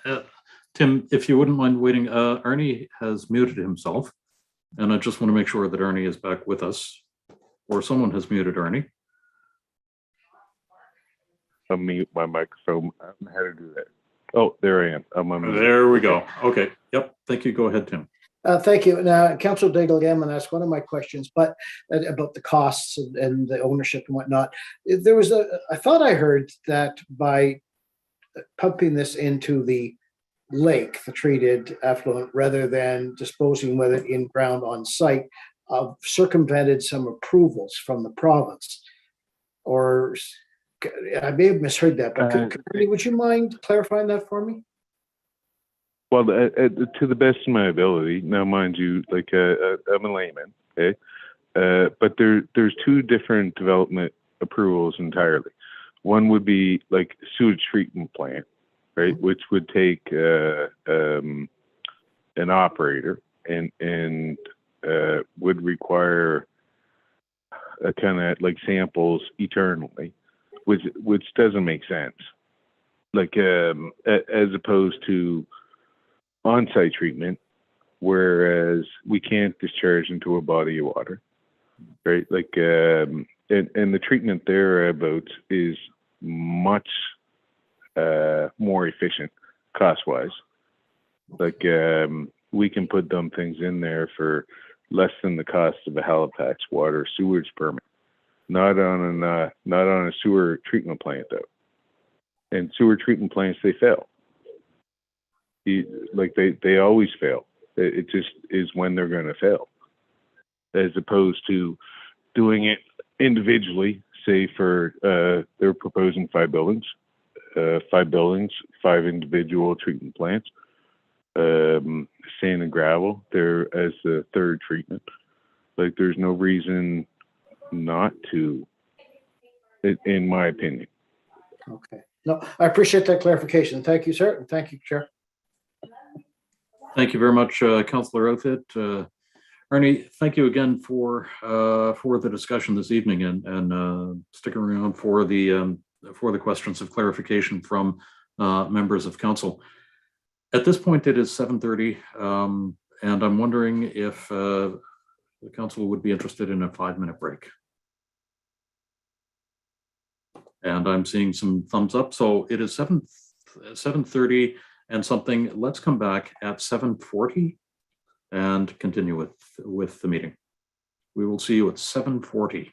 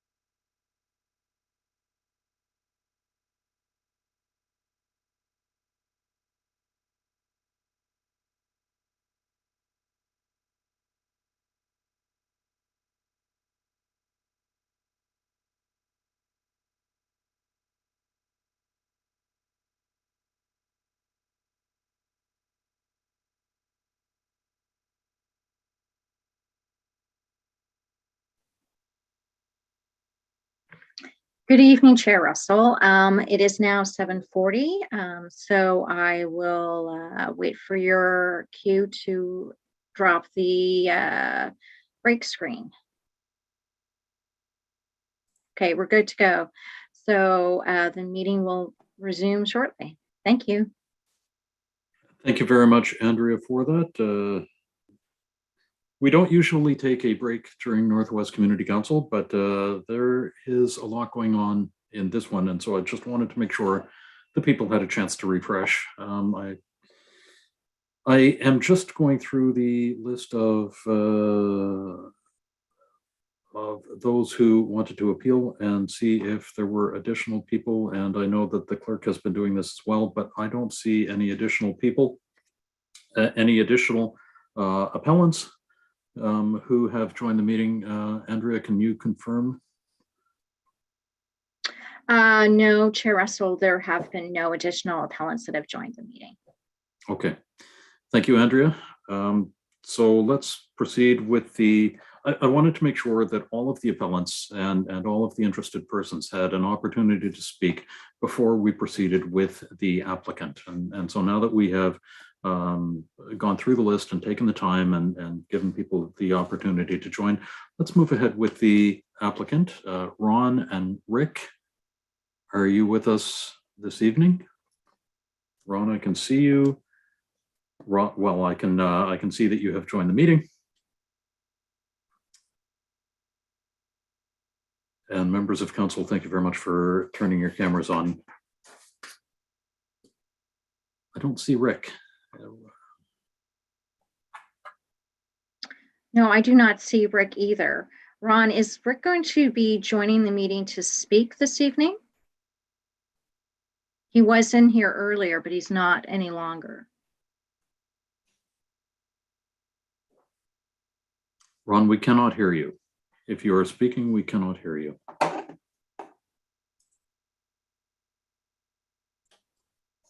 So Ron, your mic is indicating that it's open.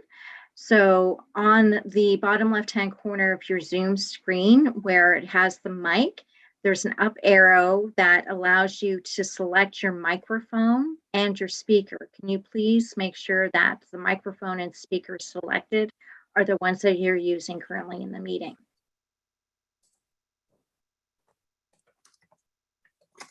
And if not, you might need to leave the meeting and rejoin to make sure that your audio is working correctly.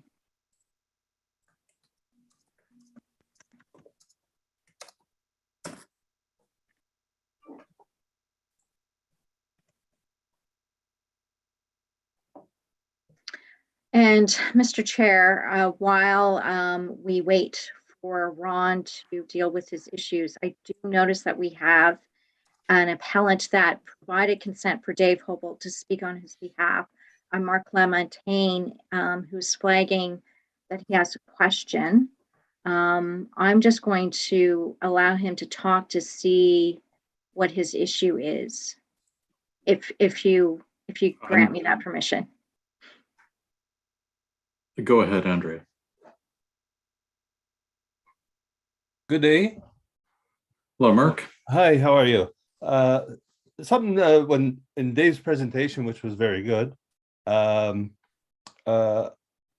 covered a lot of info, but I'm basically live on that curve right above the poop factory there, and on Schedule O, you would see between 2 and 3. There's a stream that goes through there and wildlife. I don't know where the mitigation to get across that is demonstrated in any of this. I walk this property, I know it like the back of my hand, and no one's addressed that. I was involved in the Blue Hill Trails environmental study, physically involved, and we looked at every single puddle and everything to make sure there was no life in it. But I know for a fact there's tons of life in this thing, but no one's saying anything. I don't understand. How did it pass the environmental study? I can't for the life of me know how it did this. Thank you, Mark. Once again, that is something that we will take into consideration. This is an opportunity to make a presentation about concerns. And again, we will take that into consideration when we go forward with the discussion and the further information. Thank you. Okay, thank you very much.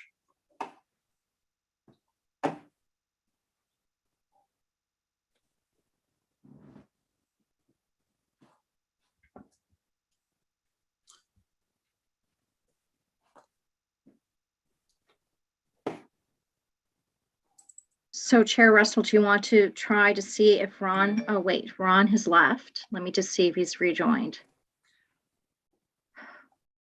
He had his camera on there for a minute. We were able to see him.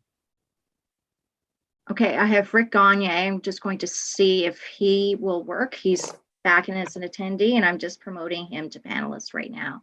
Okay, thank you.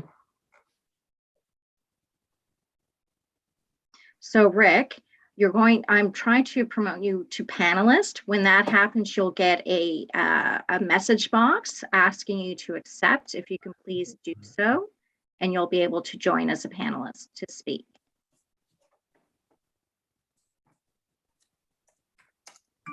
And I see Ron's back in the meeting as well, Chair Russell. Yes, I see that as well. Ron, can you hear me? And we cannot hear you. It looks like your mic is open.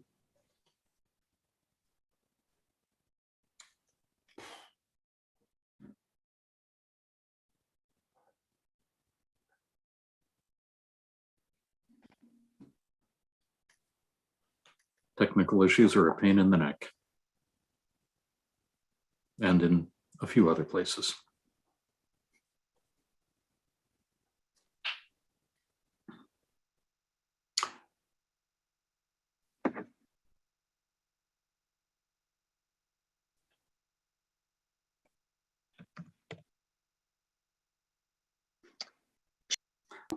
I'm just emailing them both with the phone link so that they can join by phone.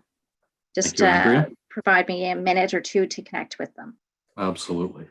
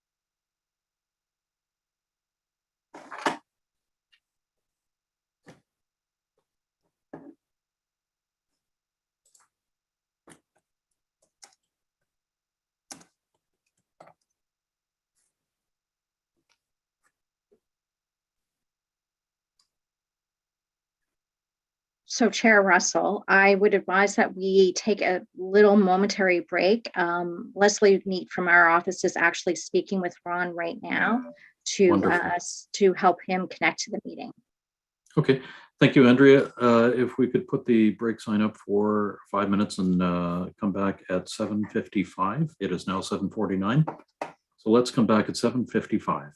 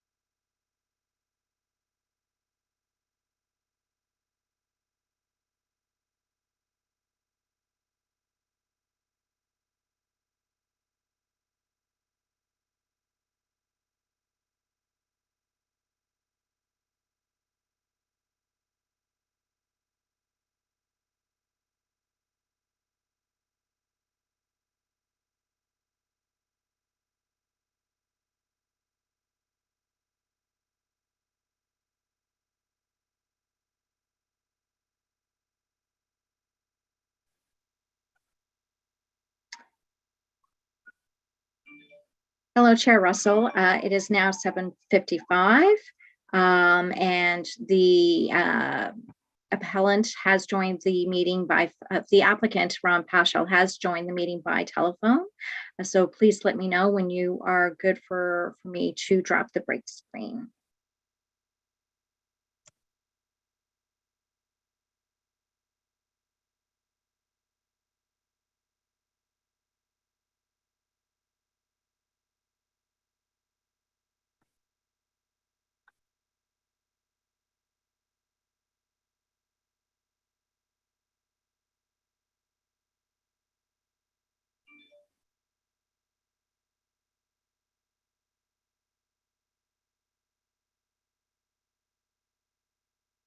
Sorry, Mr. Chair, I just realized that I didn't have your audio turned on. My apologies.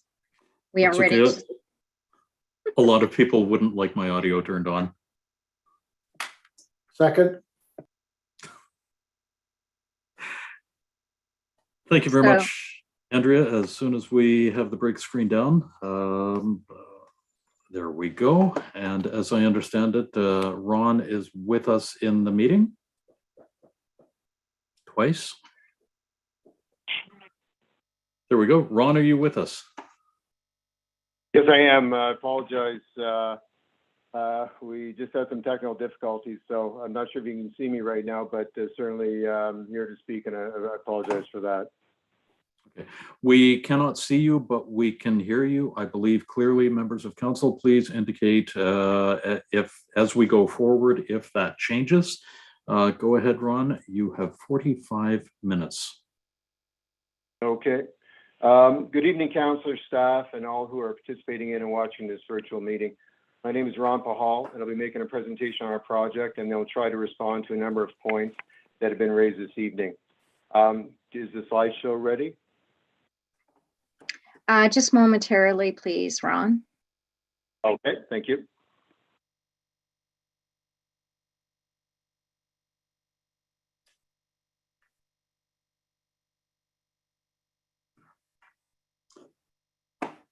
We are looking. Thank you.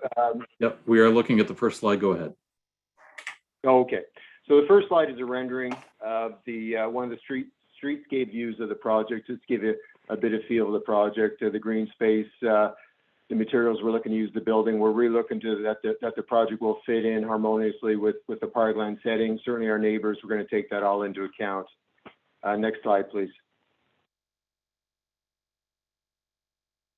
Basically, it's a short one, who we are. The principals of the project are residents of Fall River for the past 40 years and have been very active in the community.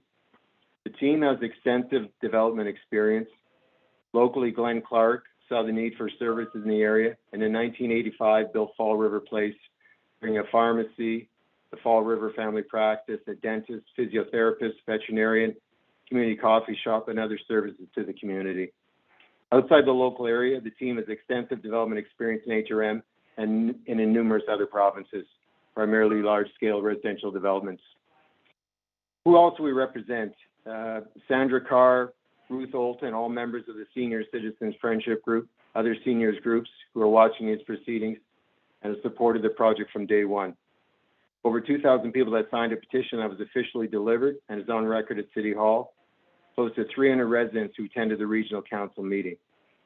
People who call us on a regular basis who've had to move away because they could not find appropriate housing in this community. Many are in Bedford West, and while they say their apartment is very nice, they miss all other things, including friends, family, doctors, church, etc. Many commute back here for their services on a regular basis because it's a familiar setting. Next slide, please. The next couple of slides, next three slides are going to detail the rationale for the project. I think this is some of the most important slides. From the first meeting that the principals had, Glenn with HRM staff in September 2015 to the present day 2022, the project has been focused on meeting a need in the community. As the first bullet, this site was identified as a location for seniors housing at the Seniors Coffee Clutch in April 2007. And in talking with local older adults, the need for and discussion of a seniors housing complex started long before 2007. The next bullets are excerpts from the municipal planning strategy for District 1417, including the secondary plan, which was approved in 2013. I've highlighted in bold keywords. A substantial portion of the population are also seniors who require alternative housing forms, apartments, and multiple unit dwellings. In particular, a senior citizen housing complex that provides housing for graduated levels of assisted living should be developed on selected sites within the River Lake secondary planning strategy to enable residents to remain within their community throughout all stages of their life. Next slide, please. Secondary planning strategy, however, recognizes the need to provide for the development of multiple unit dwellings to meet the needs of the aging population. There's a desire to allow for the development of alternative housing forms to accommodate the housing needs of seniors, to meet the urgent needs of seniors who wish to remain in the community, given the urgent need to allow for alternative housing forms. The excerpts I just read are from 2013. 9 years later, no alternative seniors housing has been built in the community. The need was urgent 9 years ago. It is more so now with our aging population. Next slide, please. These excerpts are from, the excerpts on this slide are also from the secondary plan and are the amendments made in 2019 following approval by Regional Council of the project by a vote of 13-2. The River Lakes SPS recognizes the urgent need for alternative housing forms in Fall River, specifically multiple unit dwellings. To help support this change in demographics and increase in population, there is a need for alternative housing. Therefore, Site B, our site, has been selected because of its size, reasonable proximity to services and amenities, and ability to provide an alternative housing option, specifically multiple unit dwellings. The purpose of this housing option, acknowledging that additional density is required to provide an economy of scale that allows for the establishment of additional site facilities, is to support those individuals who may need personalized care or help with activities of daily living. These words on the last couple slides summarize and describe what our project is and what we have on the site plan that was approved by HRM planners a few months ago. Our project meets the urgent and growing needs for alternative housing forms to support the growing demographic of those 55 and older. Next slide, please. We all hear and read every day about Canada's aging population, and the Maritime provinces have the highest percentage of seniors. Halifax and the local area are no exception. The numbers on the slide speak for themselves. As of 2021, just under 22,000 people aged 55 plus within a 10-kilometer radius. This is expected to grow by a further 10% by 2026 and close to another 10% by 2031. Another example, a local health practice has over 4,000 patients who are over the age of 55. Nova Scotia's action plan for aging states, government activity must be forward-thinking and reflect demographic trends. We certainly agree with this statement, but would add that we should all be forward-thinking. Why is it just government? We have a responsibility to be forward-thinking. The words in the municipal plan are clear and correct. There is an urgent need. We can ignore these numbers and follow the same old path. Build a seniors building here and there and not really make any difference, or we can approve a project like this one and actually make a difference for the future. Next slide, please. This is a rendering again just of what the apartments would look like from the street. Again, some of the materials, the colors, the form, we're trying and we'll try very hard to match this and make it look, when you're driving down Fall River Road, just a beautiful project to live in and to be a neighbor to. Next slide, please. So this is a project overview. This is a 55 plus community and has been the basis for the project from the outset. I will add, people trying to stop the project have and continue to say this is not the case. Just over a month ago, speakers who spoke tonight were quoted in the local newspaper questioning doubts about the tenancy. This is disappointing.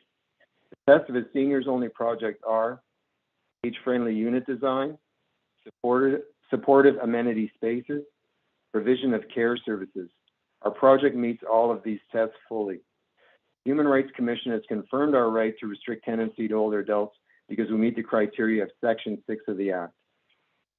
As part of this community will be a long-term care facility. In early 2021, it was announced that Northwood would like to locate a long-term care facility to the site. This much-needed LTC for the area will broaden the range of services to the overall project and allow more older adults to remain in the community. With the announcement, Northwood President and CEO Janet Sims said the following: "We are thrilled with the announcement of a new Northwood long-term care facility in the Fall River area. We have been working with a partner in the Fall River area for several years, bring a campus-style community together, serving seniors to live as independently as possible. We are thrilled that a long-term care facility will now be part of the campus-style community. The campus model has served Northwood for 50 years, and we are thrilled to be able to provide this option for living in the Fall River area. This new facility will be designed to incorporate our learnings about infection control and technology to support individuals to have greater independence and control over their environment." I will add at this time that when we first started speaking with Northwood, and this is ongoing, it started at 100 units, it's now at 144, and we're doing our best to accommodate that because we think it's a much needed need. What we will do is adapt the balance of the numbers accordingly, that if there's where we showed 100 units, we'll take that 44 out of the balance of the units, so that the I guess the sum of the numbers that we showed previously will remain the same. A park-like setting. This is a beautiful setting for the project. The buildings will be constructed in a defined development area, as explained by staff, leaving the majority of the site available for parkland, recreational uses, and other compatible amenities that I'll talk about a bit later.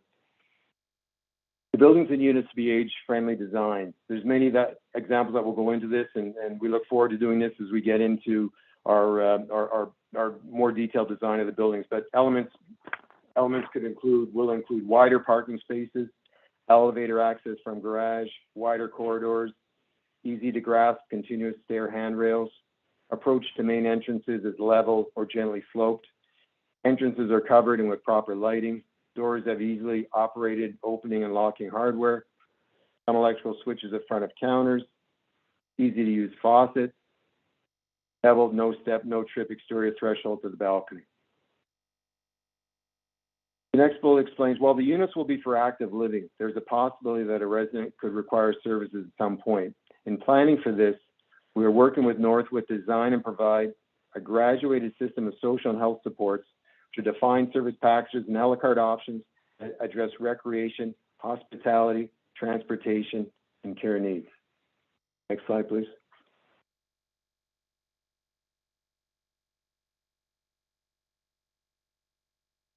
Seniors' health and housing are linked. Around the globe, there are countless studies and experts in the field, including Northwood, that clearly attest to the positive links of age-friendly communities to healthy and happy aging. The National Seniors Council, in their report to the Government of Canada, stated, keeping older adults socially connected has been described as the #1 emerging issue facing seniors in Canada.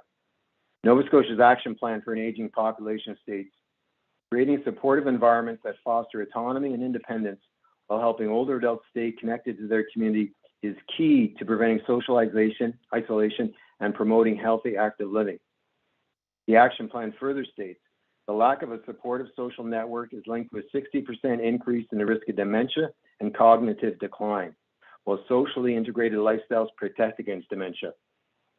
On physical benefits, the action plan states, regular physical activity is important for healthy aging, has been shown to be a major factor in the ability of older adults to live independently and stay as healthy as possible.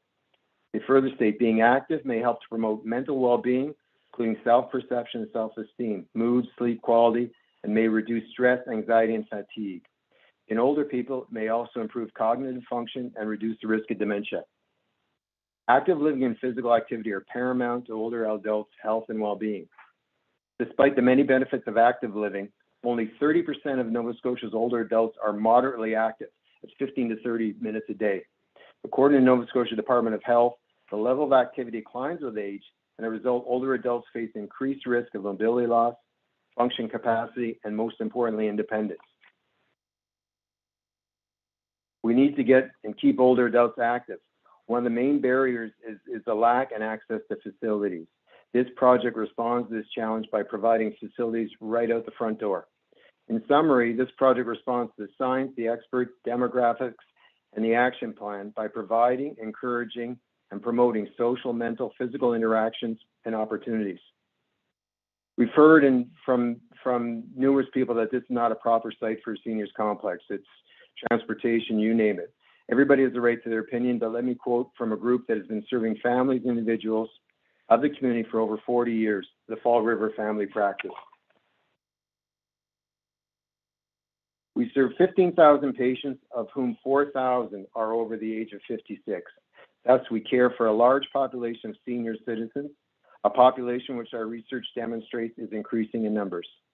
We have witnessed the loss of many of our seniors to communities outside the Fall River area, as people have had to relocate to other communities where there's available and appropriate housing, but their lives still revolve around their community involvement in the Fall River area. There is a recurrent theme of regret for leaving the community, and for many, a desire to relocate back if appropriate housing were available.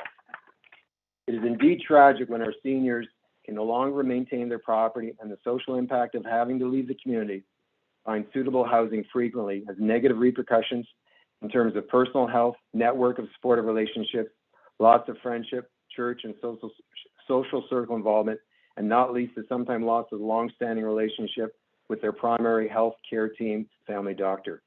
We are familiar with the Carr Farm property and wholeheartedly support the proposed development of a seniors housing complex. The barrier-free access, large area for passive recreation use with walking trails, possible inclusion of a community garden and other amenities such as an exercise site, and other common areas for social gathering and health promotion would decidedly meet the needs of many of our seniors and keep them in our community. The location of the property is ideally suited for housing and development. We are certainly enthusiastic about this proposed development. These words are clear. Like a lot of things in our world today, we can look at the overwhelming science and listen to the experts and take action based on the facts, or we can listen to voices because they are the loudest. Every day we hear and read that our governments at all levels must do more, especially when it comes to healthcare. We hear build more hospitals, ER rooms, hire more doctors, buy more ambulances, etc. But we hear very little or see little action on taking steps to reduce hospital admissions, emergency department visits, etc. Why? Because it's easier to talk and put our hand out and ask them to take concrete action. Here we have private individuals who have not asked for a single dollar from the government, looking to develop an innovative project that actually will make a difference on the healthcare front. Sure. Could you go back one, please?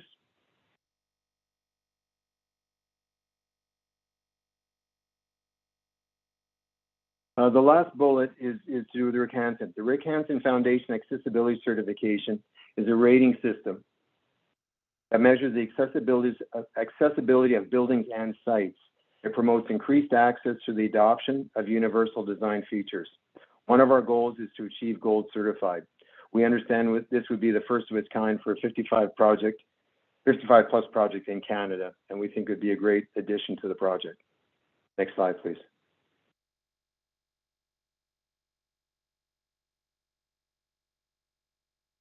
The project will have numerous supportive amenities for health, wellness, and social activities. And many are listed here.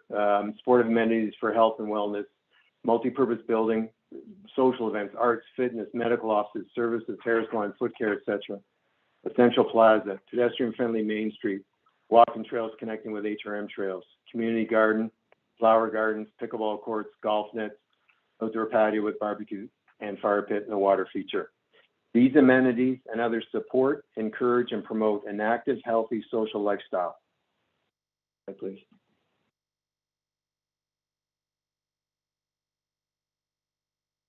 In summary, we have a 55 plus community to meet the needs of this growing demographic. It'll allow residents to stay in the community and move back to the community. It'll optimize the residents' physical, mental, social health, and wellness. Thank you. And there's one more slide, please. It's just another rendering at the Central Plaza, which shows one building with the atrium that we're looking to do, which will be then the transition into trails and the parkland. That's it for the presentation. I will start to, unless there's any questions with that, to address some of the questions that were points were raised by previous speakers.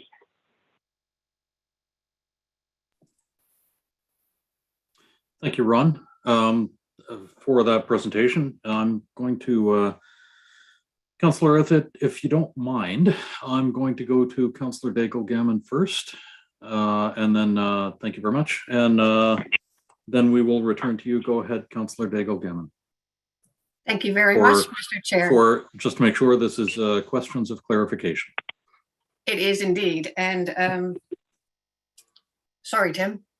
I don't know why he's letting me, that's all good. Questions of clarification. And thank you, Ron. There were two speakers there. I think I heard two different speakers. If I could just know who the second speaker was. And I believe it was the person was speaking on behalf of the Fall River Family Practice, but I could have that wrong. So that's one question of clarification. Shall I ask them all at once, Mr. Chair, or wait for an answer?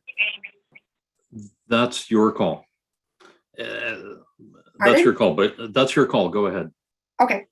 So that was one. The other question was around the persons who signed the petition. Did they sign a petition for seniors housing, or did they sign a petition specifically for the car farm that we see now? The other question was, although HRM can't restrict tenancy by age, and I know that you said that there's the human rights application. Does that mean that you would allow a unit to be empty until a 55 aged person became available? So would you leave it empty and restrict it for people under 55? And then there was a comment about 144 bed, the long-term care facility. And you would say, take some numbers out of the remaining. Does that mean that you would reduce the 500 units by 44?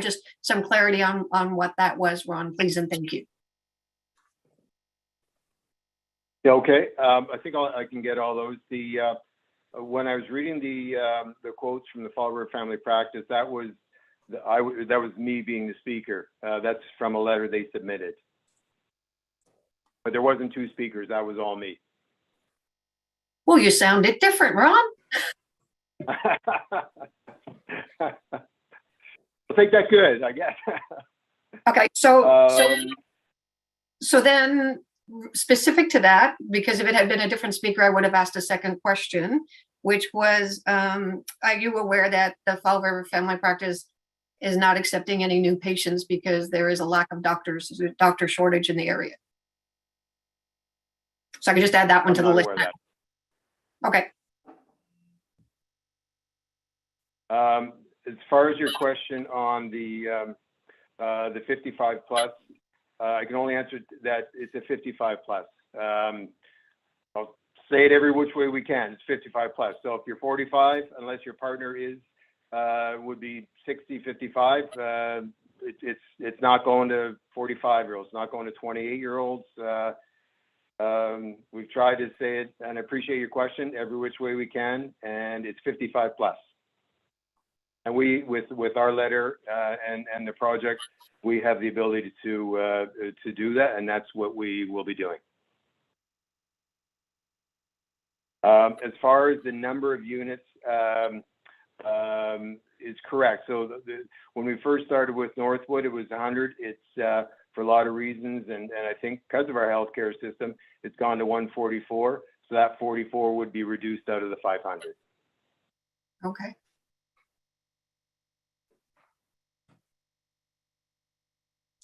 Councillor Daigle-Gammon, does that address your questions? It does a little. I guess my other question might be, why 500? Well, minus the 44. Why the growth from 400 units originally with 5 buildings to 500 units plus the long-term care facility? And listen, I voted for the long-term care facility. It's a good thing, but why the growth in scope?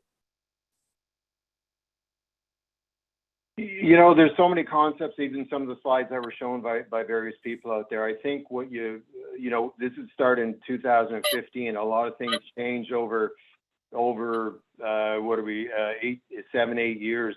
The concepts changed as the plan gets developed, with everything that was eventually agreed with HRM. The project evolved. We're looking at bringing the services to do what we have to do. With everything we want to do on that property, but it fully fits the zoning. It fits everything that was that is part of the MPS. There's concepts up there that people showed from 8 years ago.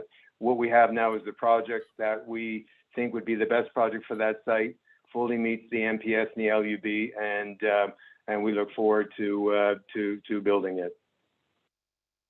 Thank you, Mr. Chair. I'll allow my colleagues to ask questions and maybe I'll come back. Thank you.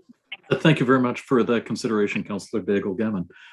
Go ahead, Councillor Outfit. Thank you.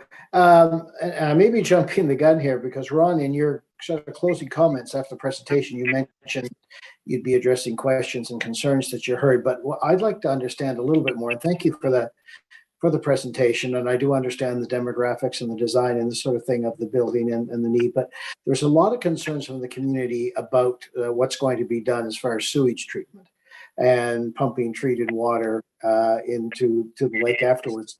I'd like you to clarify a little bit. You know, we hear that what you've designed is unique and award-winning and this sort of thing, but I in your presentation, I didn't see a whole lot to sort of give comfort to us or those who presented on what you're planning to do with this treatment plant. So if you could expand on that a little, I think it would be beneficial.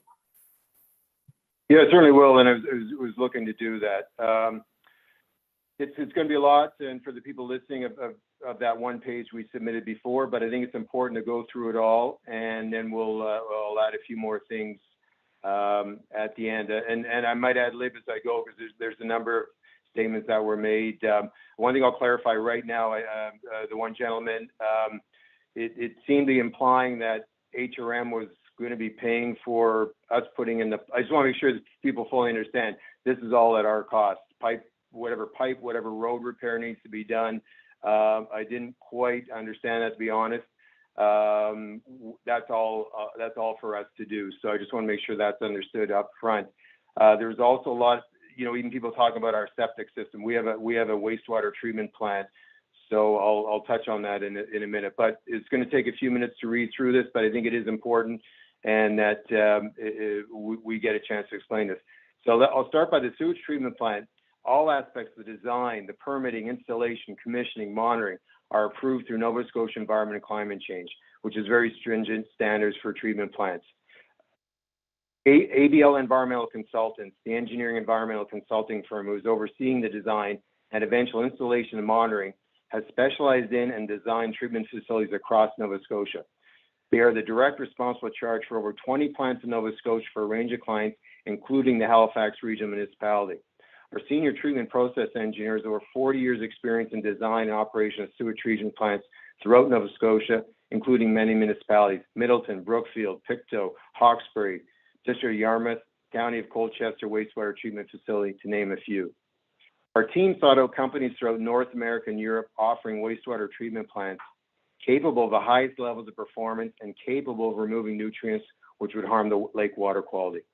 The process recommended and proposed to the Nova Scotia Environment Climate Change was a membrane bioreactor treatment. All required documents and specifications for the plant were submitted, and they have approved the design.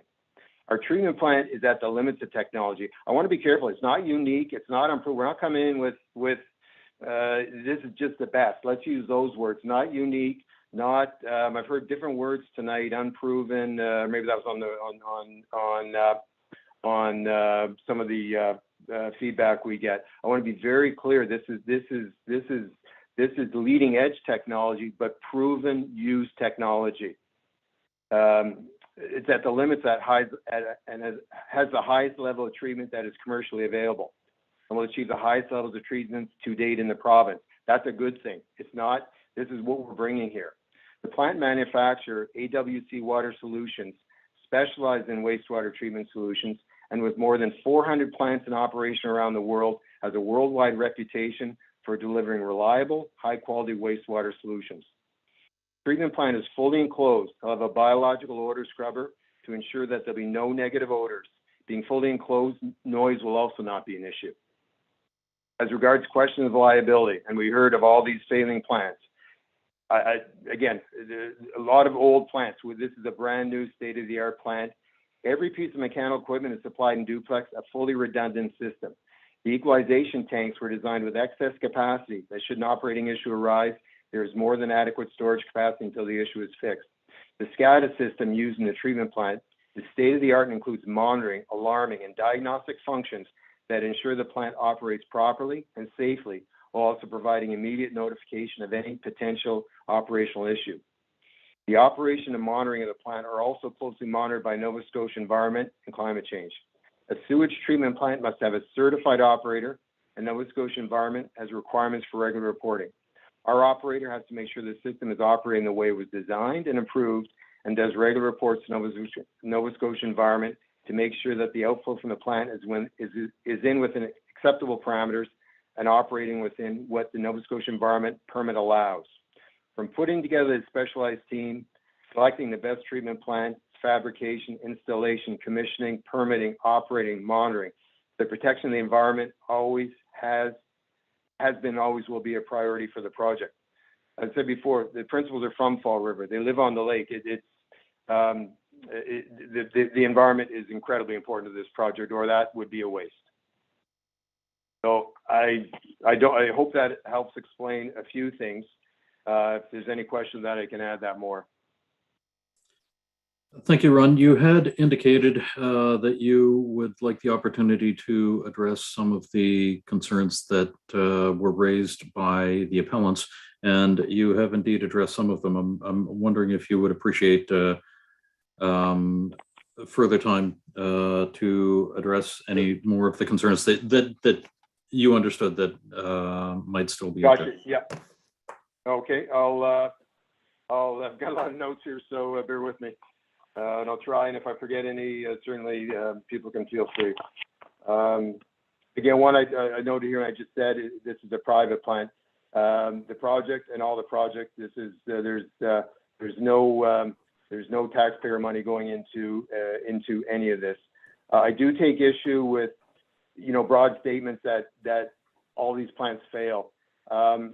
And maybe in addressing this, because somebody did mention the I think it was the 2010 Shubenacadie Lakes watershed study. What I'll do is quote a few things from the 2013 Shubenacadie Lakes final watershed study. And I think it gives a bigger picture to what the environmental situation is out there. And I'll quote a few things and to some conclusions. With over 4,855 septic systems currently within 300 meters of a watercourse within the Shubenacadie Lake subwatershed, the effect of these on existing water quality could be significant. One of the most significant impacts on lake water quality is the proximity of private septic systems.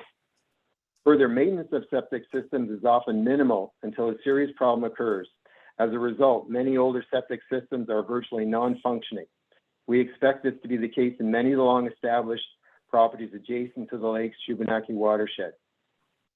Consequently, lake modeling for total phosphorus, the ability of a septic system to keep phosphorus from reaching a water body may range from 100% for a new system with a large buffer between the system and the shoreline to virtually zero for an old, poorly maintained system close to the shore and a high water table.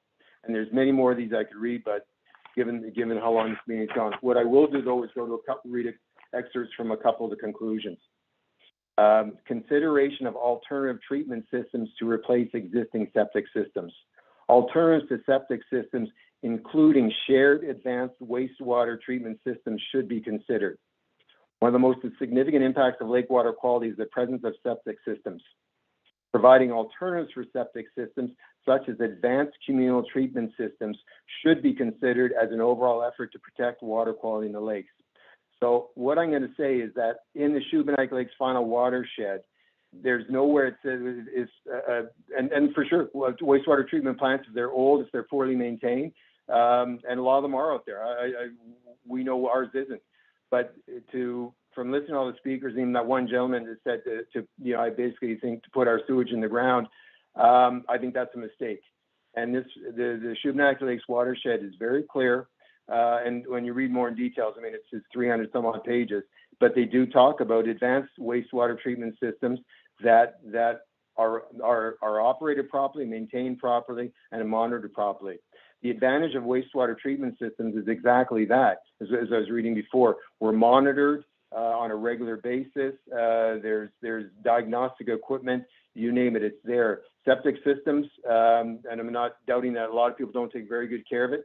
There's, as reports read, and I could quote 5 other watershed studies Sandy Lake, Paper Mill Lake, Morris Russell Lake, where conclusion after conclusion is as much septic as anything else. So I think to brand everything one way is a big mistake. And to think that what we're doing is somehow worse off for that, I think we have to take exception to and listen to, again, I'm going to say listen to the science, listen to what's out there.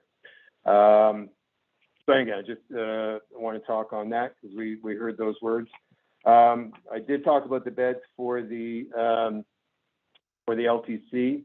I want to as well say that when we did the addendum for the traffic, it was based on that 144 bed LTC and a full build out of the project. So the initial part was from a number of years ago, as many traffic studies are, from by the time you do it to the time you worked at this for 7-8 years to get this project to where it is now. But the addendum covers off a full 144 LTC. So it's we're not hiding any numbers there. Let me just see my notes here, and then people again talking about construction hours. We will not be working on the weekend.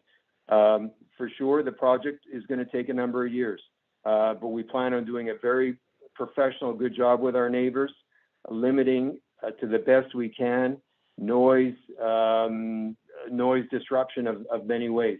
The blasting we know is very important to people. We'll 100% follow the bylaws, but we're also working with our plan to keep blasting to a minimum.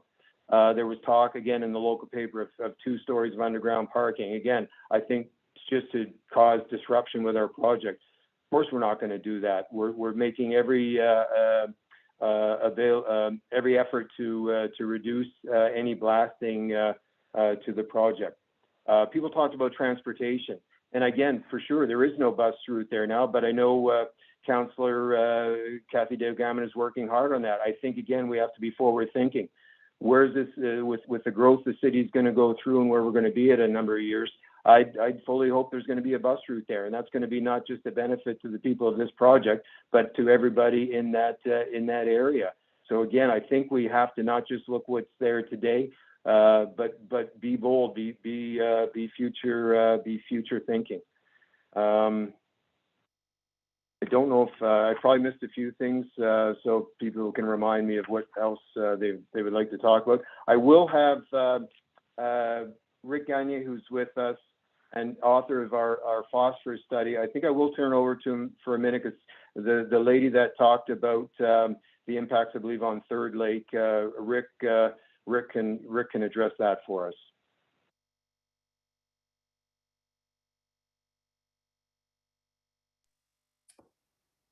Rick? Yeah, I'm here. Can everybody hear me? Yes, we can. Yeah. Okay, perfect.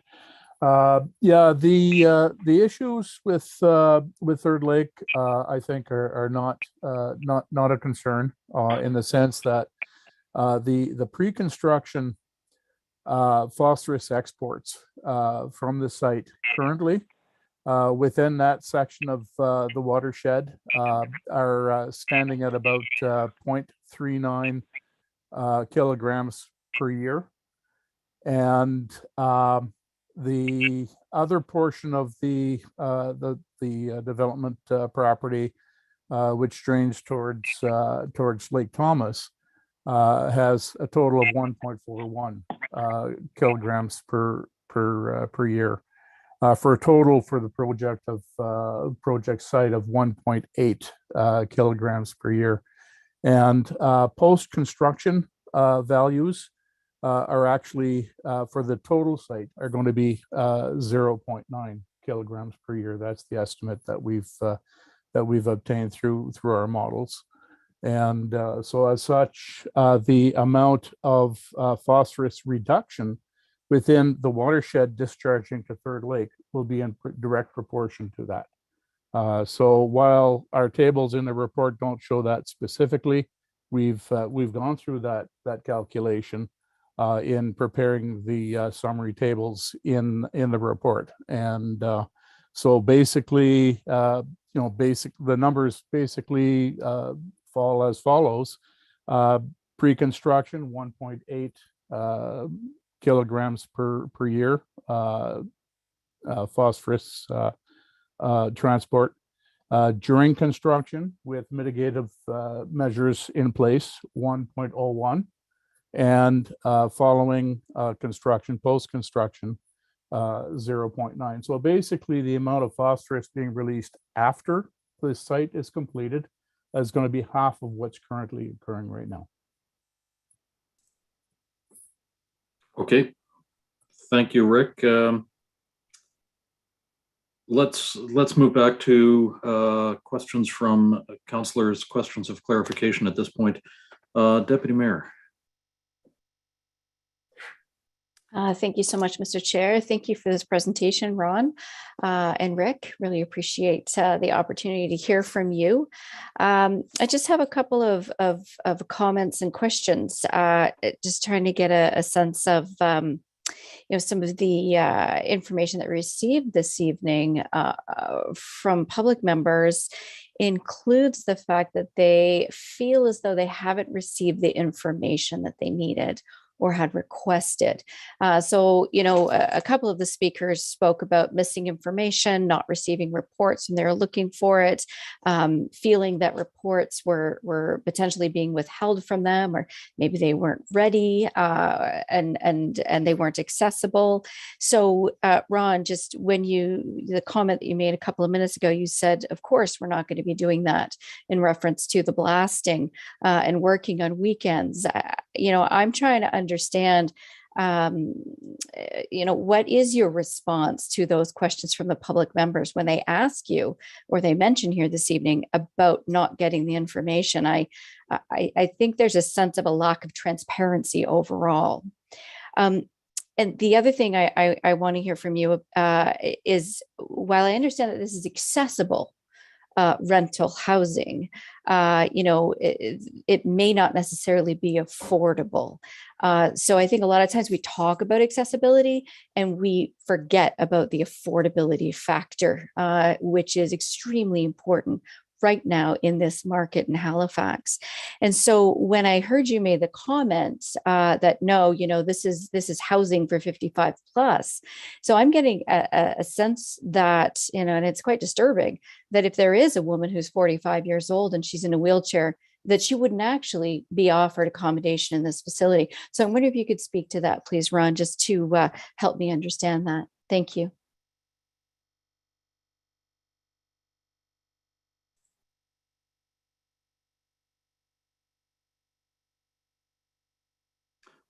So we have this, we have one of our members of the clerk's office helping out with this. So at this point, Ron is currently muted. Ron, we can't hear you, but we're working on it. Oh, we've lost his audio. That's too bad. Oh, there we are. Okay. Yes, we can hear you now, Ron. Thank you. Okay. Maybe I'll address the last point first, Deputy Mayor. I'll say this. I mean, we certainly on the affordability side, and I think especially when the project started, we're looking to have. I mean, affordable is a very tough word out there right now. I mean, cost of construction, cost of many things. So we're just trying to get where we can start the project. Affordability and having a number of units that anybody in that community can stay there, we're going to work very hard on.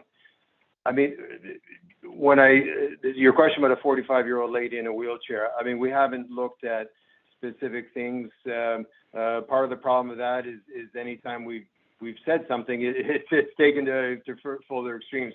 We're not bad guys. I mean, is there exceptions out there? We haven't got there yet.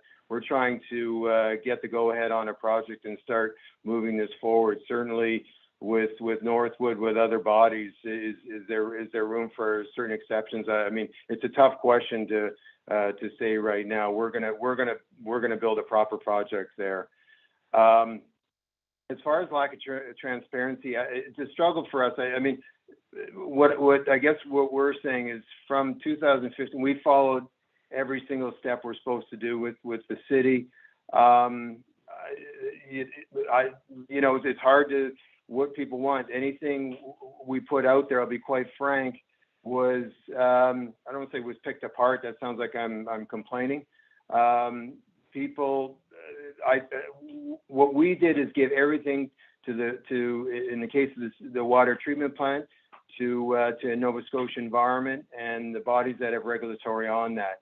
To say there's a lack of transparency is I guess also saying, hey, are they hiding something? I don't know. We did everything we were requested to do.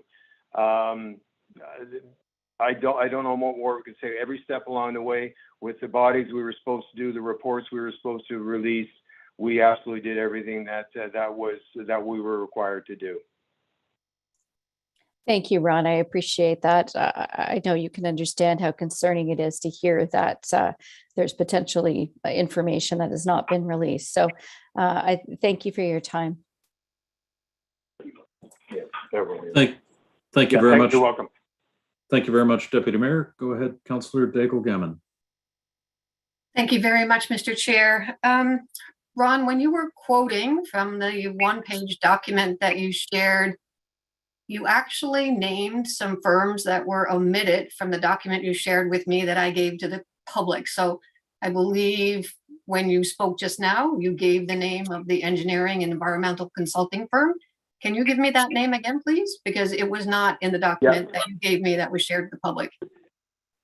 Okay, yeah. So the environmental or engineering firm is ABL Environmental. Environmental. And there was another name of a firm that you used when you spoke that wasn't in what was shared with the public. So I believe it was the plant manufacturer. Yeah, it's a company called AWC.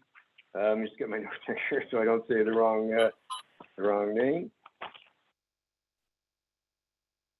Just a second.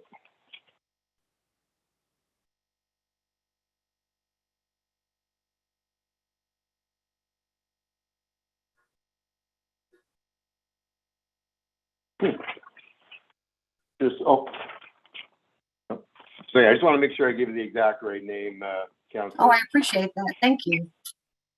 Okay, so it's AWC Water Solutions Limited.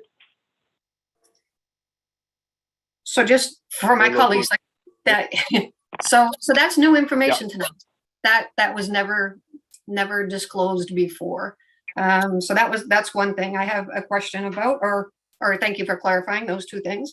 When Rick spoke about not a concern around the third lake, the specific question I believe that Colleen Menard had that I don't know if it was addressed in his answer, and it could have been my inability to hear it, but still that phosphorus net loading study did not consider sewage and what phosphorus would be as a result of a sewage overflow and ongoing. So there's just a question about that. And then the bylaw does allow for weekend blasting and construction hours. So thank you for giving that clarity that you won't. So I'm sure when deadlines are approaching and money and timelines are on the table, I hope that's still remembered, because that's going to be important. And so so the phosphorus thing, that was another question. So if Rick can give me some clarity on that, that would be awesome. And then I guess around the whole thing around, seniors and affordability, when you think about what is a rental unit for a senior, what is that window of what is acceptable in a senior in terms of retirement? So I've heard that it's around $1,500, and I know that it's hard to speculate at this point what a rental unit might be. But do you have any indication about the price point of units? And I would absolutely accept if it's too early to be able to give me that kind of an information, but. Yeah, I'll answer that one first, Kathy. And it just with what's going on, it is just too early.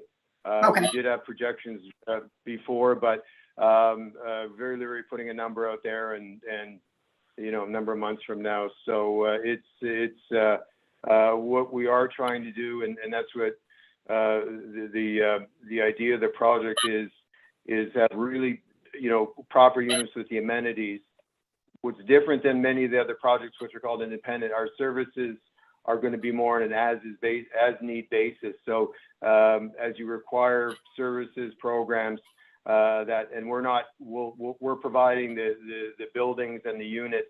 The healthcare provider will bring those services to the property, and we're not going to be involved in called the financial aspect of that. So the idea is the rent on the units and the amenities, but then really important as services are required, that those can be in the most affordable way and only when and if you need them.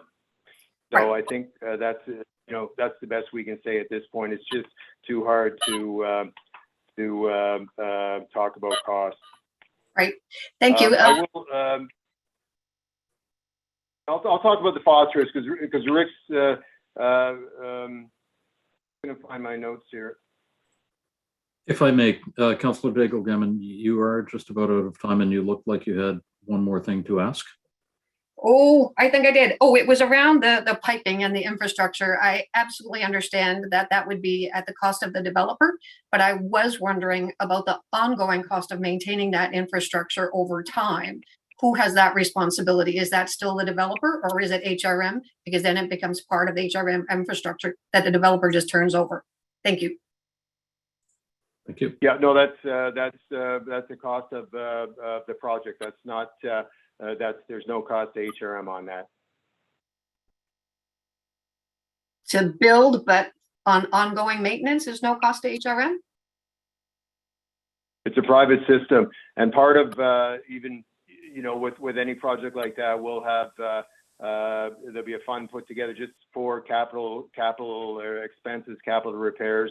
That's for the project to maintain and monitor and take good care of. That's not a cost for HRM.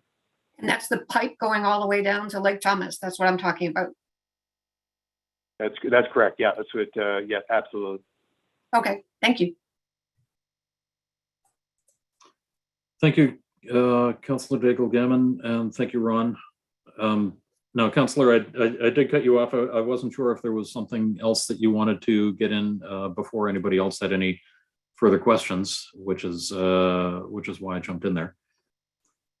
Does anybody else have any further questions of clarification from the developer?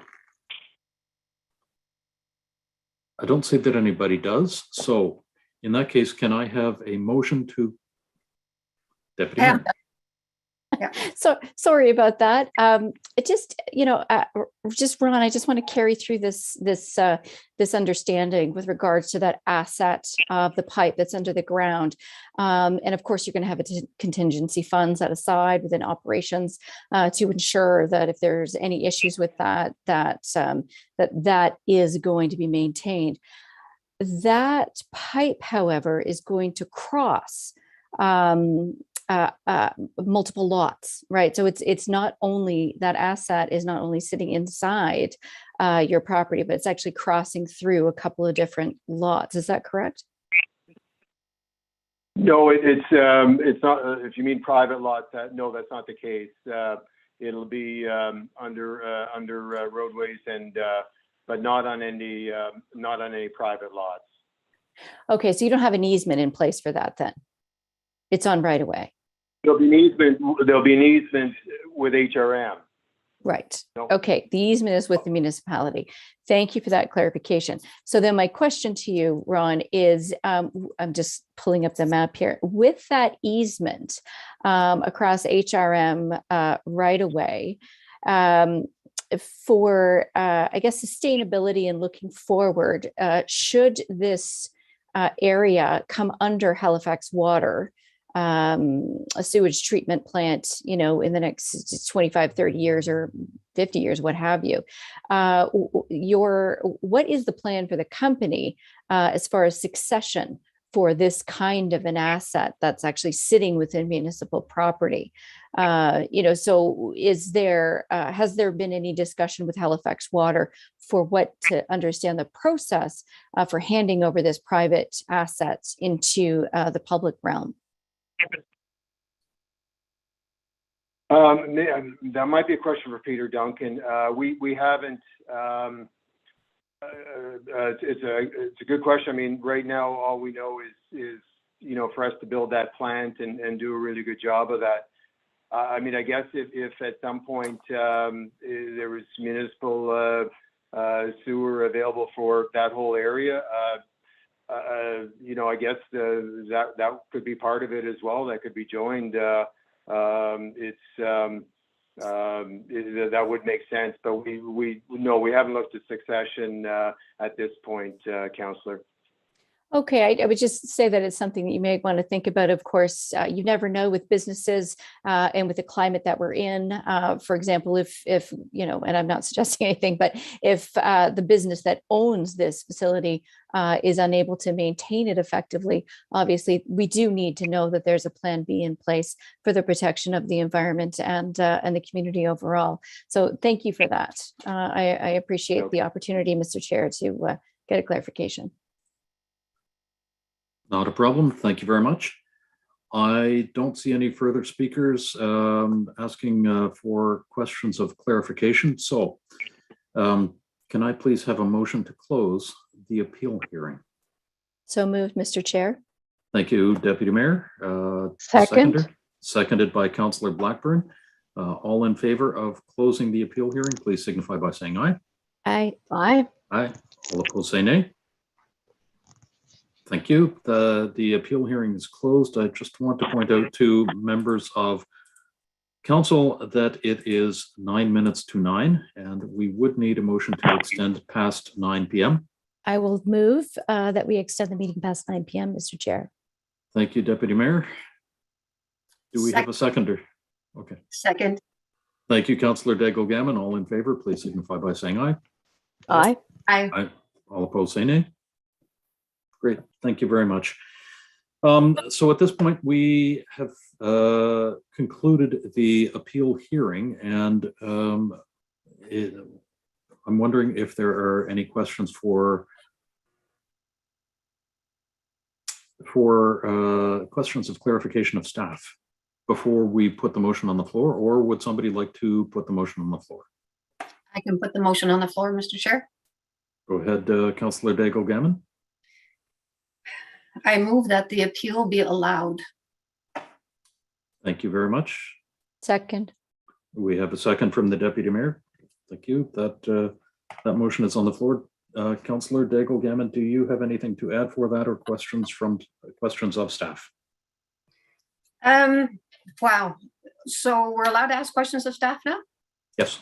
I thought we were done with that one. Okay. We are not allowed to reach out to the developers or the appellants. Okay. So questions of staff. The biggest piece here is, well, first of all, thank you very much, staff. Thank you very much, applicant, and everyone that has spoken tonight. And maybe I'll get to that later when we close up on this one. But when I look at this, the big challenge and the biggest question is that the staff were given a rule book when the River Lakes residential campus zone was allowed, right? And so what we can appeal on and what we cannot appeal on is that 14G. And a lot of what we heard tonight is a little bit outside of that. There are some challenges around the traffic study. There's some challenges around the phosphorus net loading study. But over and above that, some of the stuff that we've heard tonight is really around community concern, protection of the environment, things that were approved by the Nova Scotia Environment and Climate Change that we don't have. So I'm wondering if staff, Aaron, if you might just give a few moments of explanation, I guess, as to why the approvals for the wastewater treatment plant are not part of this process tonight. Yes, certainly, Mr. Chair, through to the councillor.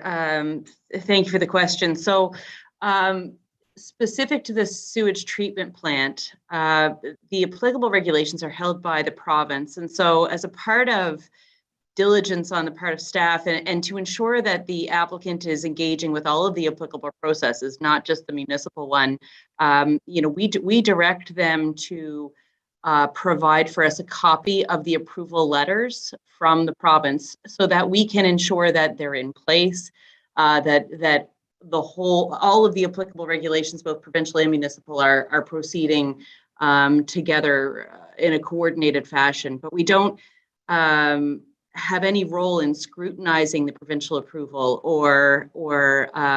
and we also don't receive copies of the submissions that are made to the province or any of the plans and documents that are submitted that lead to that approval. So really, we're just making sure that everything that's applicable is being that the applicant's aware and engaging in all of those right processes. And where this is a site plan approval, could you actually speak just for a few minutes to the difference between a site plan approval and a development agreement? Of course, yeah. Quite different in nature. A development agreement is contractual in nature, fairly detailed, and sets out specifically what can happen on the property. There's plans, conditions, it's approved by council and is subject to the discretion of council. A recommendation is made relative to the agreements, how it translates against policy. The planner on the file would make a recommendation to council, and council would decide upon whether or not the municipality should enter into the agreement. The site plan approval, it's set out in the land use bylaw and administered by the development officer. It's very specific, it's fairly narrow in focus, and I think it may be important to point out that what we're really talking about are things that can be demonstrated on a two-dimensional site plan. These are aspects of the development that can be established on a plan, and are limited to the factors that are set out specifically in this case, as we've said a few times tonight, that section 14G9. This is about driveway accesses, landscaping, buffering, protection of the non-disturbance area, what's permitted within. We've reviewed those a few times, but a lot of the matters that are of concern to the nearby residents within the notification area are off-site in some cases, like we're talking about traffic impacts and off-site impacts to the environment, and it's really not relevant to those requirements that the development officer that Trevor had evaluated against. And the charter sets out that those specific matters are subject to site plan approval, that council can make any decision that the development officer did, but really limited to those matters that are set out in that one section. Thank you. There are no further speakers. I'm just looking in the chat. So do I get to wrap it up there, Mr. Chair? We don't have anybody else who is looking to ask questions, so I'm not going to watch the clock all that closely. Oh, bless you. Okay, so thank you to everybody. And really bravo to those people that appealed the site plan approval, because those who emailed, who presented tonight, and who gave their 5 minutes to Dave to ensure that there was a thorough presentation beyond what sometimes 5 minutes can allow. Although Chastity and Natalie and Mr. Berenger, you did great. And thanks to the HRM staff for allowing that too. The presentations actually speak for many of the people that are outside that 100 meters who share the concerns for the site plan approval. In 2019, when the River Lakes Residential Campus Zone was approved by council, I wonder how many attendees would be aware that 400 units in 5 buildings could grow to 504 buildings and a long-term care facility in the 5th building. And I did vote to include the long-term care facility as an allowable use because I do think that it is needed, and the 100 beds is what we said at the time, or saw at the time. So I called a few, and more actually agreed that the growth in scope, they were really unaware of it, and they were unaware of it being a wastewater treatment plant. And so that was worrisome. We absolutely need more options for senior housing, and in that I support it. I actually expressed my concerns about the project to get clarification with the developers a couple of times. And on several occasions, I asked the developer to share the transportation impact study, the phosphorus net loading study, and the particulars around the wastewater treatment plant. They chose not to. They did give a 1-pager, but the 1-pager that was read tonight was a little bit different. It didn't have the couple of those things, the who the firm was and who the plant was. as a site plan approval, they weren't required to do that, right? As they would have been maybe in a development agreement, we would have seen it earlier. So that only came to us because of the appeal. If we didn't have the appeal, we wouldn't have seen that. And we now have to rely a lot on permitting. And permitting is a place where we don't have public input, right? That all belongs with our professional staff within HRM. The traffic study was done in 2017. It was pre-pandemic and it was on the last day of school. Since then, our traffic has increased. I live on the end of the Fall River Road. I can tell you the intersection's a nightmare. You're going to add 500 more cars? I'm scared. So the last in-depth traffic study actually for us was in 2010. So it's time to do one again. It was good to see on the site plan, that left-hand turn, but yeah, 55 plus and no transit and all those cars, that really is scary. And I'm going to have to go quick. It's disappointing that the applicant's PowerPoint submission chose not to address any of the issues that they knew that the community had. It was a great presentation, and yes, we need seniors housing and the defense of what we needed and all of that kind of stuff. Absolutely true, but they missed addressing any of the community concerns in their presentation. So that was a little bit disappointing. They were aware of what they were. We did a Q&A statement and shared it with them. So this presentation tonight was an opportunity, I thought, for them to share with their potential neighbors how they would support the concerns in their community and be good neighbors. So, and to protect the environment with the state-of-the-art wastewater treatment plant. But here we are still and don't have disclosure about what that is. The province has it. We have a letter that says that it's okay, but really there was not much disclosure. Fall River is a wonderful community. I've been here for 27 years and I live just down the street from where the proposal is going to be. I have lots of friends that are going to be on the wait list, I know. But a lot of the people that are on the wait list didn't know it was going to be 500 in a long-term care facility and that there was going to be treated effluent going into Lake Thomas. That has them very much concerned. So the question about what are the grounds for appeal, it seems, not so much according to the report. Trevor, you did a great job. You really did. You made sure that, all the boxes were checked and did your work well. And previous council approved the rules. Like they gave you the scorecard that you had to work against. So you did your job great. Now it's a job of council to say, is it the right thing? Do we think now that it is what it should be? I believe there was a lack of transparency. One of the things the developer said was that they did everything that was requested. Yes, they did. They absolutely did. They followed the rules. The one thing they didn't do was communicate with community. There was a lack of transparency. There's information that came tonight that we wouldn't have seen otherwise if there hadn't been an appeal. The growth from 400 to 500 is a lot. And so all of that led to this appeal hearing, right? There was I don't think that there was any reason or the developer said, a cause for disruption. People didn't want to disrupt. People wanted information, and when they don't have it, they fill in the gaps. So that's what happened here tonight, I think. I support seniors housing. I support a long-term care facility. I really do. This is a high price to pay. This situation poses enough unanswered questions for me, for the community, to say, please do a reset. And I would ask you to approve the appeal. Thank you, colleagues. Thank you very much, Councillor Daigle-Gammon. Erin and Trevor, you have your hand up. Go ahead. You are muted. I've not had to say that tonight. Well, you'd think you'd know by now. I'm so sorry. Thank you, Mr. Chair. It's just a clarification. There seems to be a few different dates, and I think this project has had a long arc from the beginning to the end, and just maybe to clarify the dates on the traffic impact statements, studies that were submitted in support of this particular application. The original TIS was dated March 2019, and then we had an updated addendum to that, a second submission that was dated October 13th, 2021. Just a note from our friends in development engineering, unless Ashley or Peter has anything else they'd like to add on that point.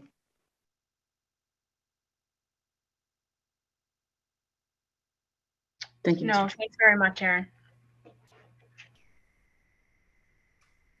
Okay, thank you very much, Erin. Thank you, Ashley. and thank you, Peter. I don't see any further speakers in the chat. So are we ready for the question on this?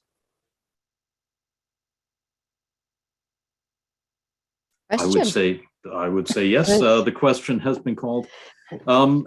Because of where we are at this point, I'm going to ask the clerk to run through the roll of councillors, just so that we get named votes. So go ahead, Andrea. It's over to you. Thank you, Chair Russell. So I will begin with Councillor Daigle Gammon. I vote in support of the motion, being that the appeal will result in refusal of the site plan approval, right? That is, I'm going to back up for a second. Yes, if you vote, it's a double negative. It's a double negative. If you vote in the affirmative, you are voting to approve the appeal, and that would overturn the decision of the development officer. If you vote against the appeal, it would uphold the development officer's decision, and I will leave it at that. So, Councillor Daigle Gammon? I vote in support of the motion. Okay, Councillor Blackburn. Voting against the motion. Councillor Outhitt. Tim, you're muted. That's twice. Voting no. Deputy Mayor Lovelace. Voting no. And Councillor Russell. Voting against the motion. So Chair Russell, I have 1 in favor and 4 against. So that motion fails. Thank you very much, Andrea, for doing that. I'm going to reach out to Roxanne for a second. Do we need to do anything else in relation to that motion tonight, Roxanne? Roxanne being our legal eagle. No, that's it. The vote results in the appeal being denied and the decision of the development officer is upheld. So the work of council is concluded. Okay, thank you very much, Roxanne, for that. The only other item on the agenda for this evening is adjournment. So moved, Mr. Chair. Thank you, Deputy Mayor. We stand adjourned. Thank you very much, everybody. Thank you to the members of public, especially, for coming and providing your input and your concerns. Hear, hear. With this opportunity this evening, it gave us the chance to make sure that we had a solid understanding of what those concerns were and to make sure that they were addressed as much as we could address them.